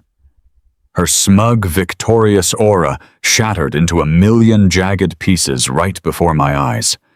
There were crystal-clear, high-resolution pictures of her and her muscular young personal trainer sipping expensive tropical cocktails by a luxury resort pool. There were highly intimate snapshots of them walking arm in arm into premium hotel suites in the middle of the afternoon. The romantic betrayal was only half of the poison I had brought to the table. Right beside those damning photographs were the comprehensive financial ledgers Victor had meticulously compiled. Spreadsheets documenting massive, relentless wire transfers to underground sports betting rings and illegal high-stakes card games operating on the dark edges of the city. I told her I knew exactly where my dying wife's hard-earned money had really gone. I turned my gaze to Brent, telling my son to take a good long look at what his wife had been buying with his mother's stolen savings. Brent stared down at the photographs of the smiling trainer and then at the staggering six-figure gambling debts. His jaw worked silently up and down, but absolutely no words came out. Chloe was suddenly gasping for air, her perfectly manicured hands trembling violently over the glossy evidence. But I was far from finished. The pictures only proved she was a terrible, treacherous wife and a reckless addict. I needed to prove to the entire room that she was a desperate criminal. I reached back into my grease-stained bag and pulled out a small, black, portable Bluetooth speaker. I placed it squarely on top of the transfer deeds they had so eagerly expected me to sign. I pulled out my mobile phone and deliberately tapped the bright screen syncing the audio files for perfect clarity. The panicked, stammering voice of Dr. Arthur Sterling suddenly echoed through the cavernous office. The crisp audio bounced sharply off the floor to ceiling windows, filling every single corner of the sterile corporate room. Everyone at the table froze, completely paralyzed, as the corrupt country club physician confessed to his crimes. He admitted clearly on the recording that Chloe had approached him with a fabricated story and paid him a direct, untraceable cash bribe of exactly $15,000. He stated plainly that the money was given in exchange for a fake dementia diagnosis specifically meant to strip away my legal rights and secure my assets. Chloe let out a strangled, pathetic gasp, pressing her palms hard against her mouth. Before anyone could muster the breath to speak, I pressed the screen a second time, launching the next track. The terrified, shaking voice of Gregory Langdon, the local bank manager, began to play. He laid out the entire financial conspiracy in excruciating detail. He confessed to overriding the strict security protocols on Evelyn's private accounts. He detailed exactly how Chloe had manipulated the wire transfers and how he had knowingly looked the other way in exchange for a quiet cut of the stolen funds. The undeniable, irrefutable proof of wire fraud, medical malpractice, and a coordinated conspiracy to commit elder abuse hung heavily in the dead air. Brent looked like a man who had just been shoved out of an airplane without a parachute, replacing his greed with terror. I shifted my gaze away from my treacherous family and focused my attention directly on the slick corporate attorney sitting at the head of the table. A few moments ago, he had been a patronizing, arrogant shark, eagerly ready to facilitate the total theft of my life savings. Now his expensive artificial tan had faded to a sickly, terrible shade of gray. He was a man who understood the intricate machinery of the law, and he understood exactly what he had just heard. He realized with absolute horror that he was sitting squarely in the epicenter of a massive criminal conspiracy. The lawyer did not utter a single word in defense of his wealthy clients. He simply stood up his chair, scraping loudly against the marble floor.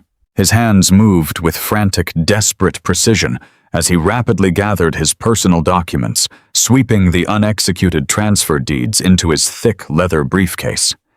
He snapped the golden latches shut with a sharp, resounding click. He looked at Chloe and Brent with absolute professional disgust. He stated clearly for the formal record that he was immediately and permanently recusing himself from this case. He forcefully advised them to find competent criminal defense counsel because he absolutely refused to risk his legal license or his personal freedom for their blatant illegal activities. He turned on his heel and marched straight toward the heavy glass doors, walking out without ever looking back.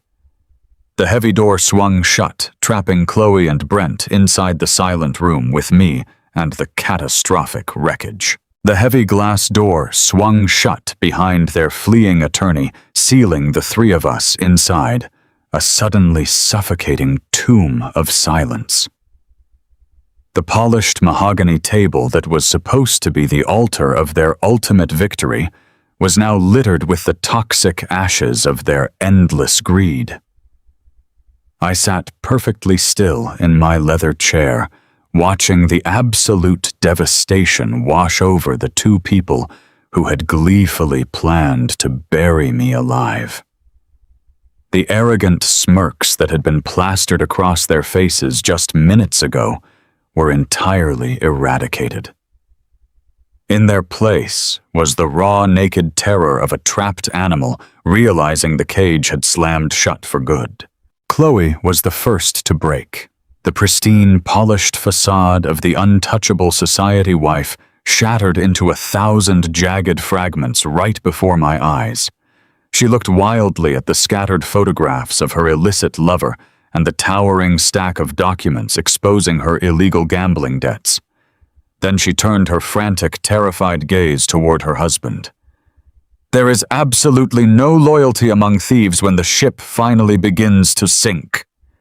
She pointed a trembling, manicured finger directly at Brent and unleashed a shrill, hysterical scream. Her voice bounced harshly against the floor-to-ceiling windows as she wildly claimed that the entire scheme was his creation from the very beginning.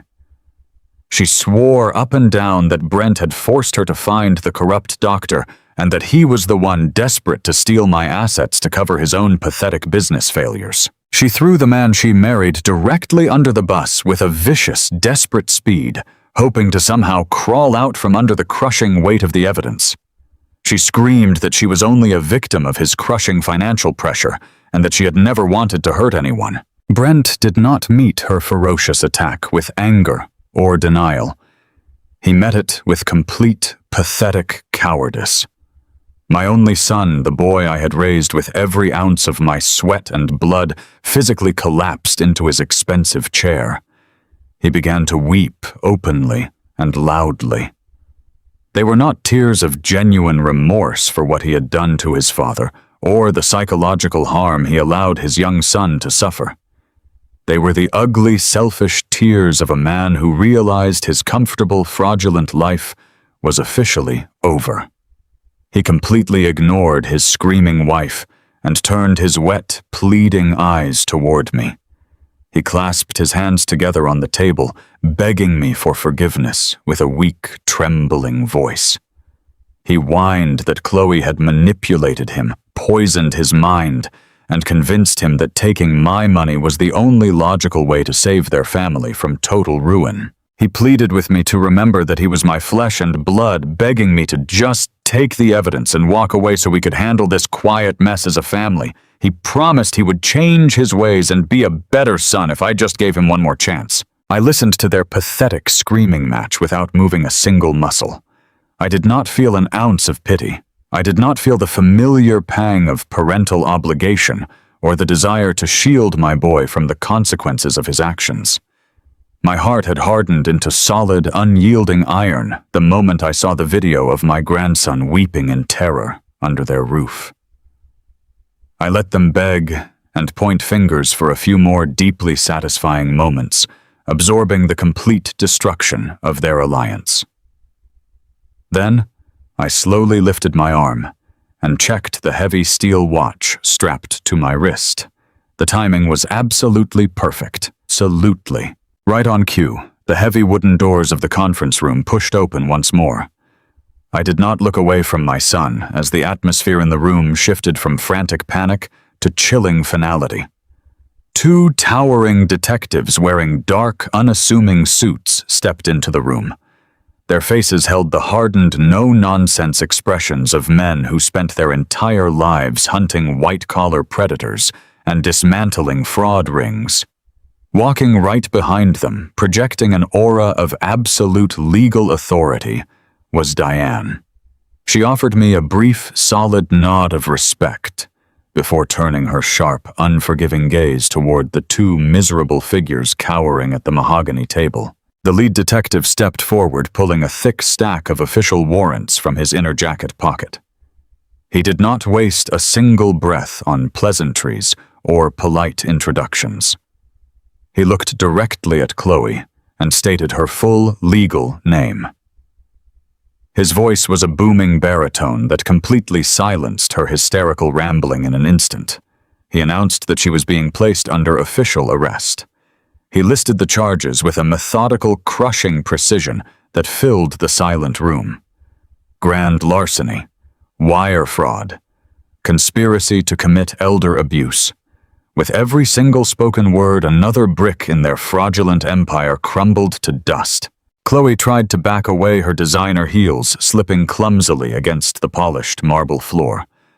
She stammered out chaotic, desperate denials, crying that they had the wrong person, and that she was a respectable mother who belonged at the country club, not in the back of a police cruiser. The second detective simply reached out and grasped her wrist, turning her around with practiced, unbreakable efficiency. The sharp, metallic click of the heavy steel handcuffs locking around her wrists echoed through the pristine corporate boardroom like a gunshot. She completely broke down, sobbing heavily as the reality of her new life finally set in. Then the lead detective turned his cold eyes toward Brent. My son let out a wretched, sobbing gasp, shrinking back into the leather upholstery as if he could simply disappear. The detective calmly informed him that he was also being taken into custody, charged as a fully willing co-conspirator in the massive financial theft and the subsequent fraud against a vulnerable senior citizen. Brent did not even try to run or argue or fight for his freedom. He simply went completely limp, offering his shaking wrists up as the cold steel bit into his skin. He looked at me one final time through his blurry tears, silently begging for a last-minute rescue that he absolutely did not deserve. I remained seated at the table, my calloused hands folded, resting calmly over my battered canvas bag. I watched the detectives march them both toward the heavy glass doors. Chloe was sobbing uncontrollably, her pristine white suit wrinkling as she awkwardly stumbled in her expensive shoes, her polished image utterly destroyed. Brent walked behind her, with his head hung low, completely broken by his own monumental greed and cowardice. I watched them take the long, humiliating walk of shame out of the high-end law firm where they had planned to steal my entire world. I did not blink. I did not look away until the doors finally swung shut behind them, leaving me completely alone in the quiet, sunlit room. The ultimate war was officially over.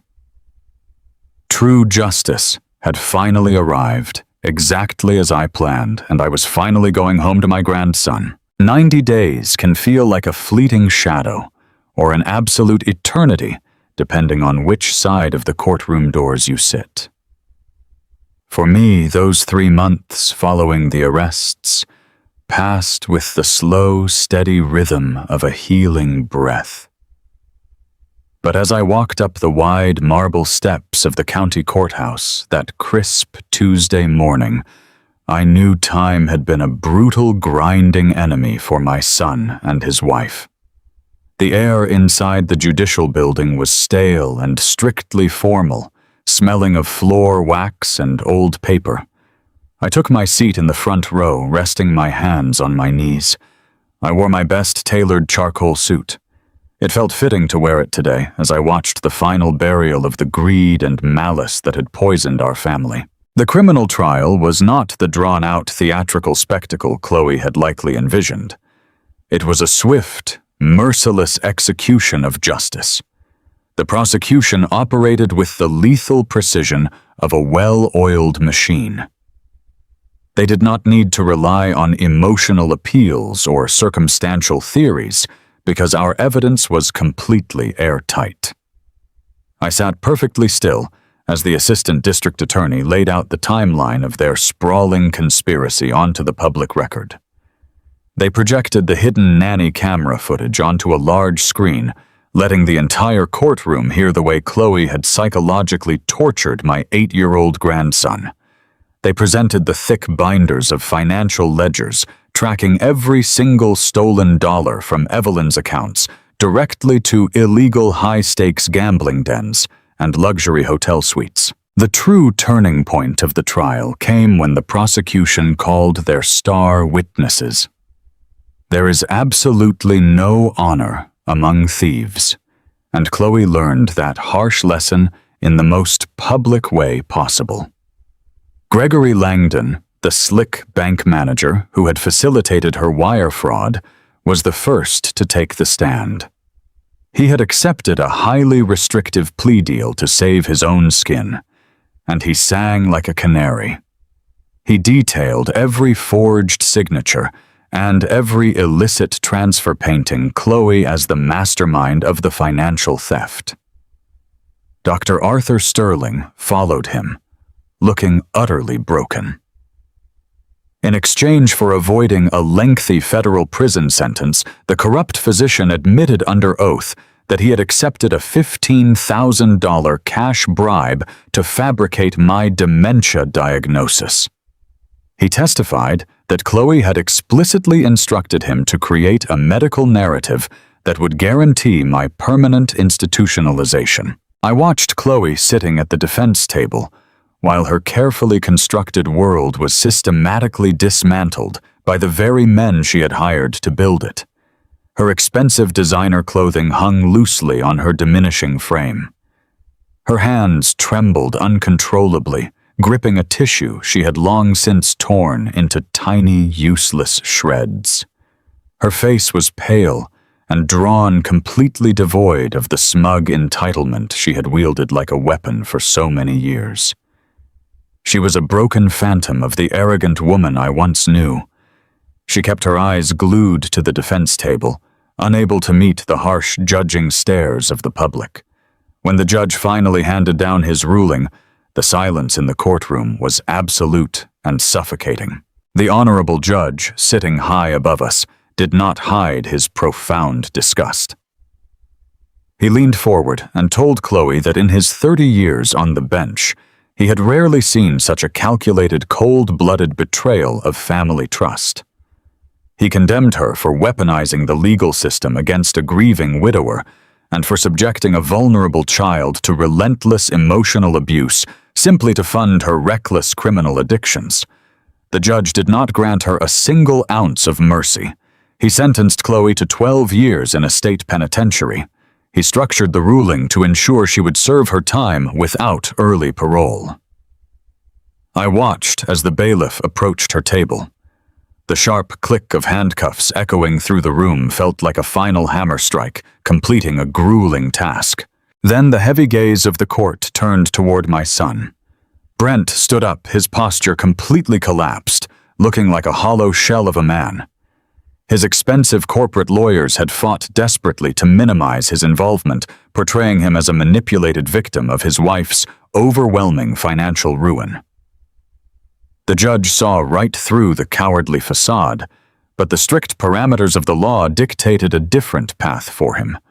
Because Brent had not actively forged the documents or orchestrated the medical bribe, he managed to narrowly avoid a state prison sentence, but his punishment was a total comprehensive destruction of his life. The judge sentenced Brent to 5 years of heavy maximum security probation. He ordered him to complete thousands of hours of grueling community service, emphasizing that my son needed to learn the actual value of honest hard work.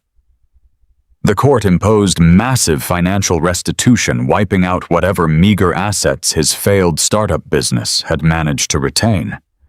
But the most important ruling, the only one that truly mattered to my heart, was the permanent restraining order.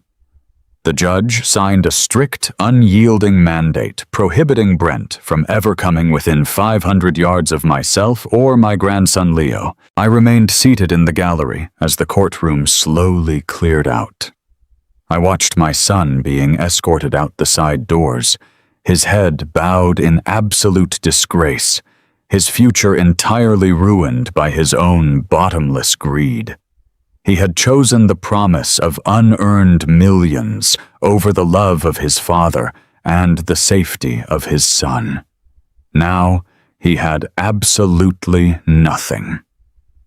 I took a very deep, steady breath, feeling the heavy, suffocating weight of the past few terrible months finally lift entirely from my tired shoulders. The villains had been routed, their toxic influence permanently severed from our lives. I stood up, smoothed the lapels of my dark suit, and walked out of the courtroom. I stepped out into the bright afternoon sun, eager to return to the quiet, peaceful home where my brave grandson was waiting. The criminal justice system had delivered its swift and punishing verdict, but my mission was not entirely complete. Prison bars and heavy probation sentences were a fitting consequence for their horrific actions, but those penalties did not restore the financial stability they had maliciously ripped away from my family. I had promised my late wife Evelyn that I would protect our legacy and our grandson. That meant recovering every single stolen dollar Chloe and Brent had siphoned from her private accounts. I sat down with Diane in her sunlit corporate office the very next morning, ready to launch a relentless civil litigation campaign. Diane was an absolute master of financial warfare. She did not simply want to win a standard court judgment. She intended to completely dismantle their remaining economic foundations piece by piece.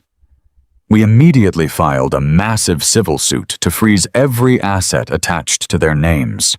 We specifically targeted the shadowy limited liability company Chloe had established to launder her gambling money and fund her extravagant affairs. Diane unleashed a team of ruthless forensic accountants who moved with terrifying efficiency. They locked down bank accounts, suspended credit lines, and threw a massive legal net over their entire fraudulent empire. The swiftness of the financial freeze left my son and his wife completely paralyzed. They had lived for years on the comfortable illusion of limitless wealth, and suddenly they could not even purchase a cup of coffee without a court-appointed monitor scrutinizing the transaction. I felt a deep, profound satisfaction watching the aggressive legal machinery go to work. For months they had treated my family like a disposable bank account, expecting me to roll over and surrender my life savings. Now they were experiencing the suffocating reality of total financial ruin, with absolutely nowhere left to hide. The recovery process was brutal and highly methodical. The civil court judge reviewed our airtight evidence and quickly granted our petition to liquidate their remaining physical assets to satisfy the stolen $150,000. I stood quietly in the background on a crisp Tuesday morning as the repossession agents and court officials descended upon their upscale suburban home. I watched with quiet vindication as the heavy tow trucks hauled away their luxury imported vehicles. Those were the exact same pristine cars Chloe had driven to her secret hotel rendezvous, while my beautiful wife was enduring agonizing chemotherapy treatments. The physical dismantling of their pretentious lifestyle was swift and comprehensive.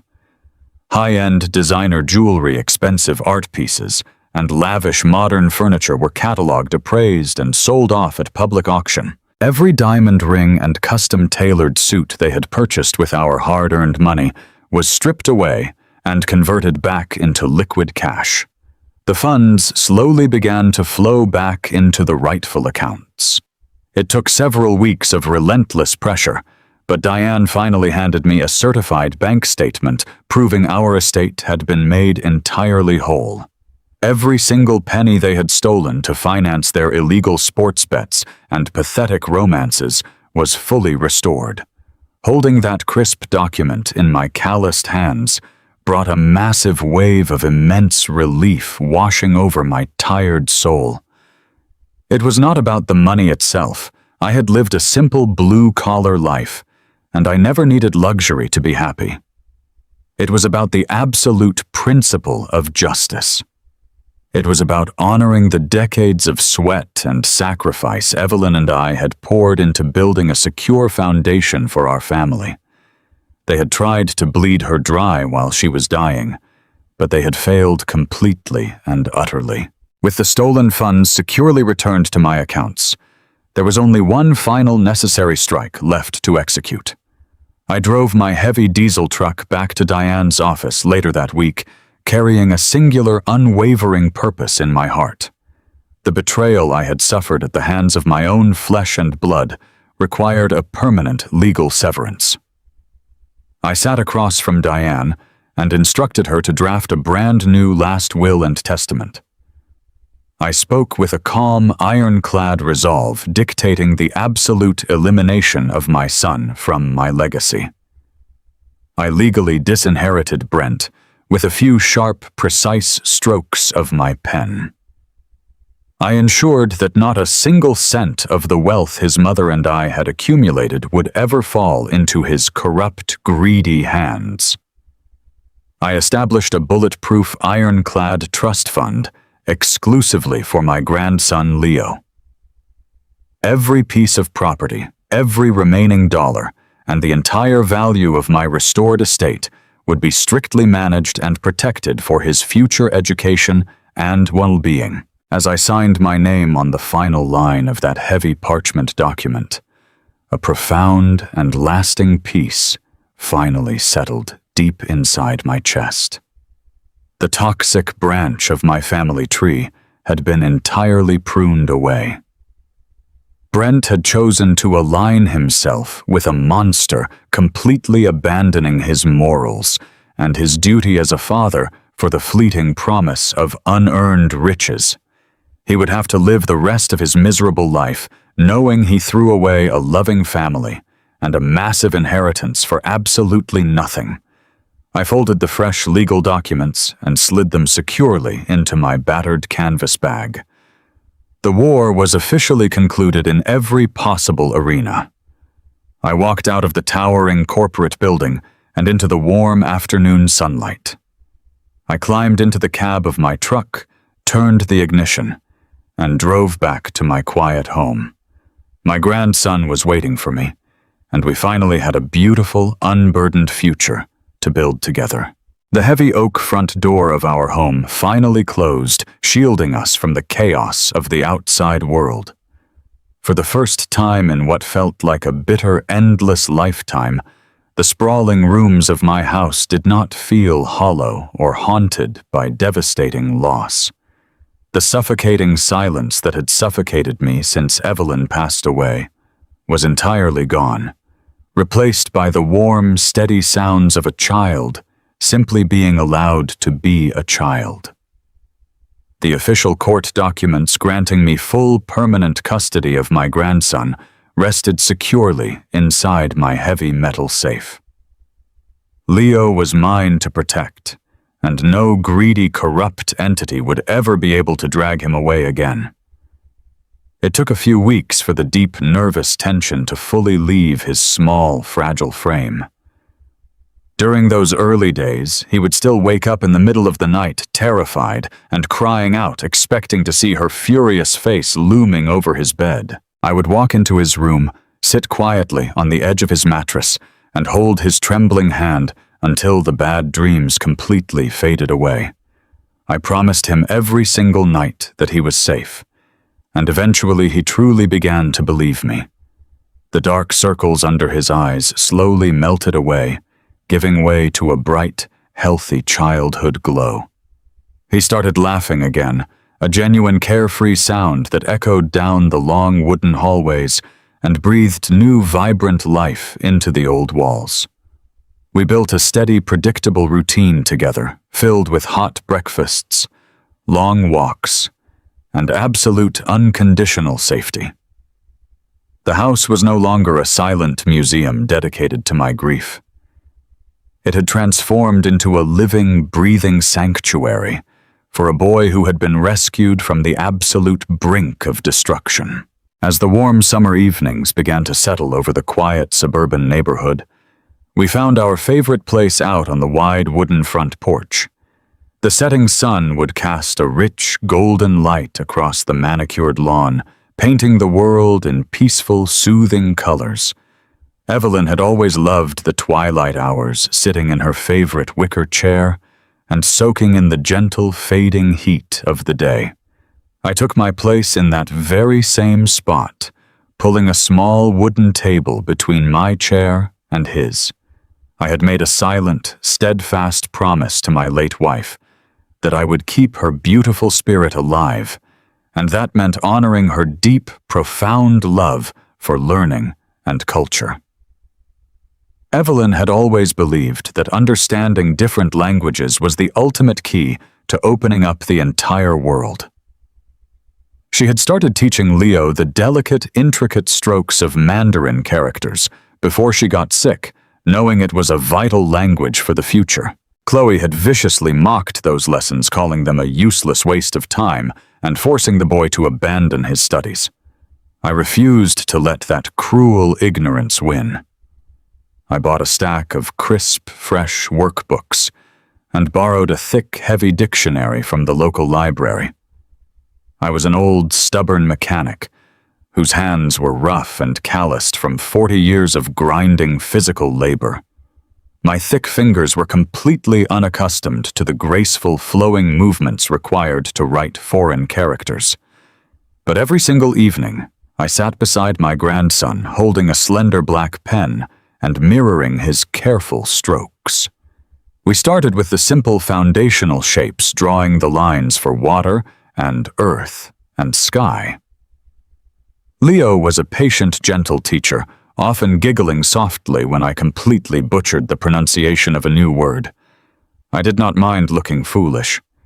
Hearing his sweet laughter was worth more to me than any dignity I had left. We spent hours under the soft amber glow of the porch light, tracing the elegant symbols and talking about the incredible places he would travel to one day. It was our special sacred ritual. I could feel Evelyn sitting right there beside us, her gentle presence wrapping around us like a warm, protective blanket. I was not just teaching a boy how to read and write. I was actively rebuilding his shattered confidence stroke by careful stroke, proving to him that his mind was a beautiful, brilliant thing worthy of endless cultivation and profound respect. The profound peace that settled over my life was hard-earned and deeply cherished.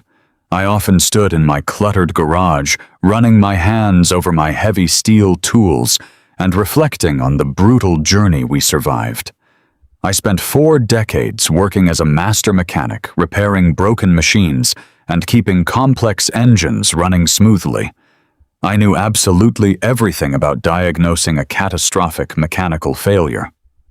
I knew that when a critical component becomes compromised by severe untreated rust, you cannot simply paint over the damage. You cannot negotiate with the corrosion or ask it to stop spreading. You have to take a sharp, heavy blade and cut the toxic metal completely out of the machine. You must remove the sickness entirely so the healthy engine can survive. Fixing a shattered family turned out to be the exact same brutal process. Brent and Chloe were the toxic, consuming rust rapidly eating away at the foundation of my legacy. They allowed pure, unadulterated greed to rot their morals and destroy their basic human decency. If I had quietly appeased their endless demands, they would have eventually consumed everything, leaving little Leo completely destroyed. I had to make the most agonizing decision a father could ever make. I had to take a sharp, unyielding blade to my own family tree and sever the rotting branch entirely. It was a painful, excruciating operation that left a permanent, heavy scar on my heart.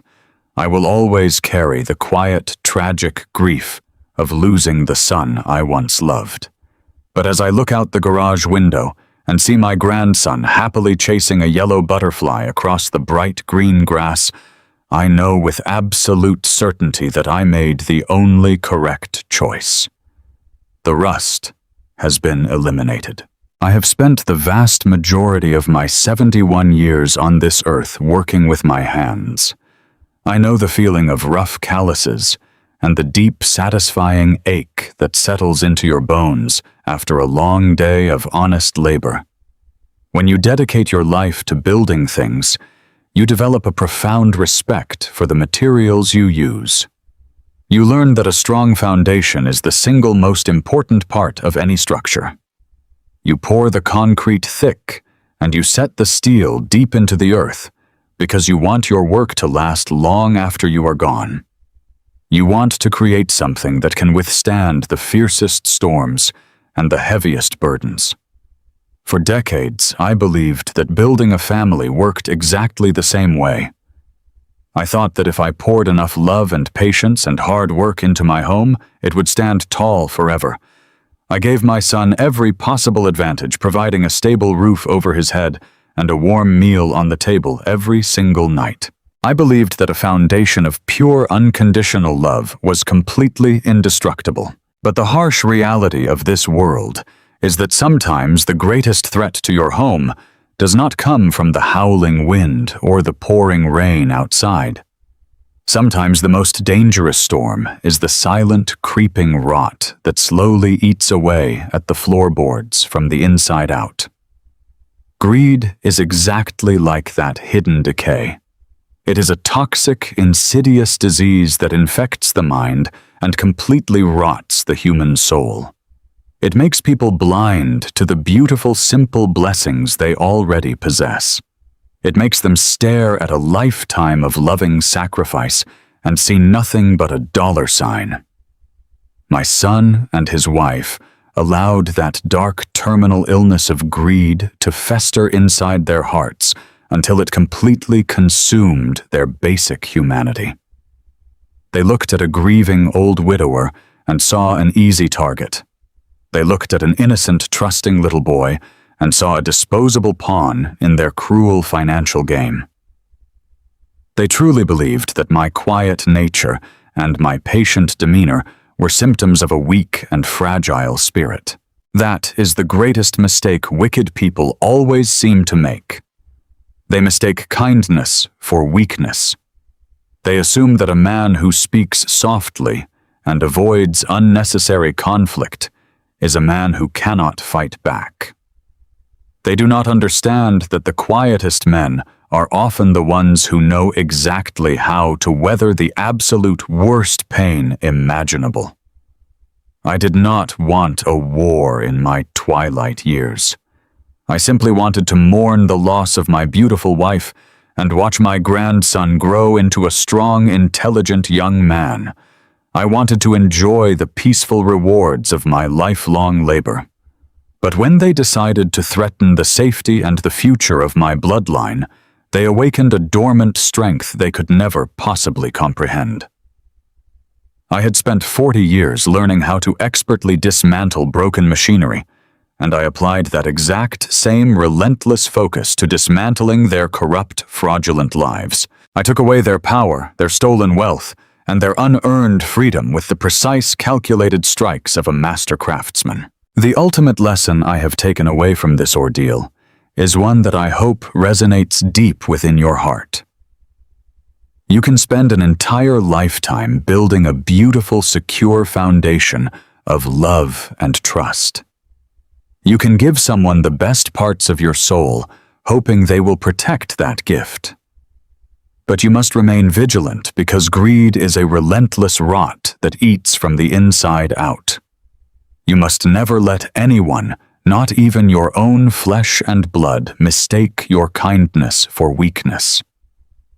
When toxic people mistake your silence for surrender, they will inevitably try to tear down the walls of the safe haven you have built. When they bring their greed and their malice to your front door, you cannot afford to cower in the shadows or hope they will simply walk away. If they try to tear down your house, you have to step forward and show them that you are the one holding the heavy iron hammer. You have to prove that you possess the strength to smash their deceit into a million unrecoverable pieces. There is a profound, undeniable peace that comes from knowing you have successfully protected the innocent. Every time I sit on my front porch and watch my grandson tracing those elegant characters into his workbook, I know the heavy, brutal battle was worth every single ounce of pain. The rusted, toxic elements of our family have been completely cut away, and the healthy core is finally allowed to thrive in the bright, warm sunlight. We are moving forward with clean hands and clear consciences, honoring the enduring legacy of the woman who taught us both how to truly love. The universe has a remarkable way of restoring balance and ensuring that those who operate in darkness eventually face the crushing weight of their own destructive choices. Thank you for taking the time to listen to my story, and for walking alongside me through this dark but ultimately victorious journey. If you truly believe that pure, unyielding justice always manages to catch up to the wicked, I would be incredibly grateful if you could hit that like button. Please subscribe to my channel at Scapestravel4K right now, so I can keep bringing you more powerful stories of undeniable truth and human survival. Your support means the absolute world to me, and it helps these important lessons reach the people who might desperately need to hear them. And right before you go, please tell me down in the comments what city you are watching from and what time it is there right now. I always love knowing exactly where you all are and feeling the incredible connection we share across so many different miles. Take care of your loved ones. See you in the next life story with love and respect.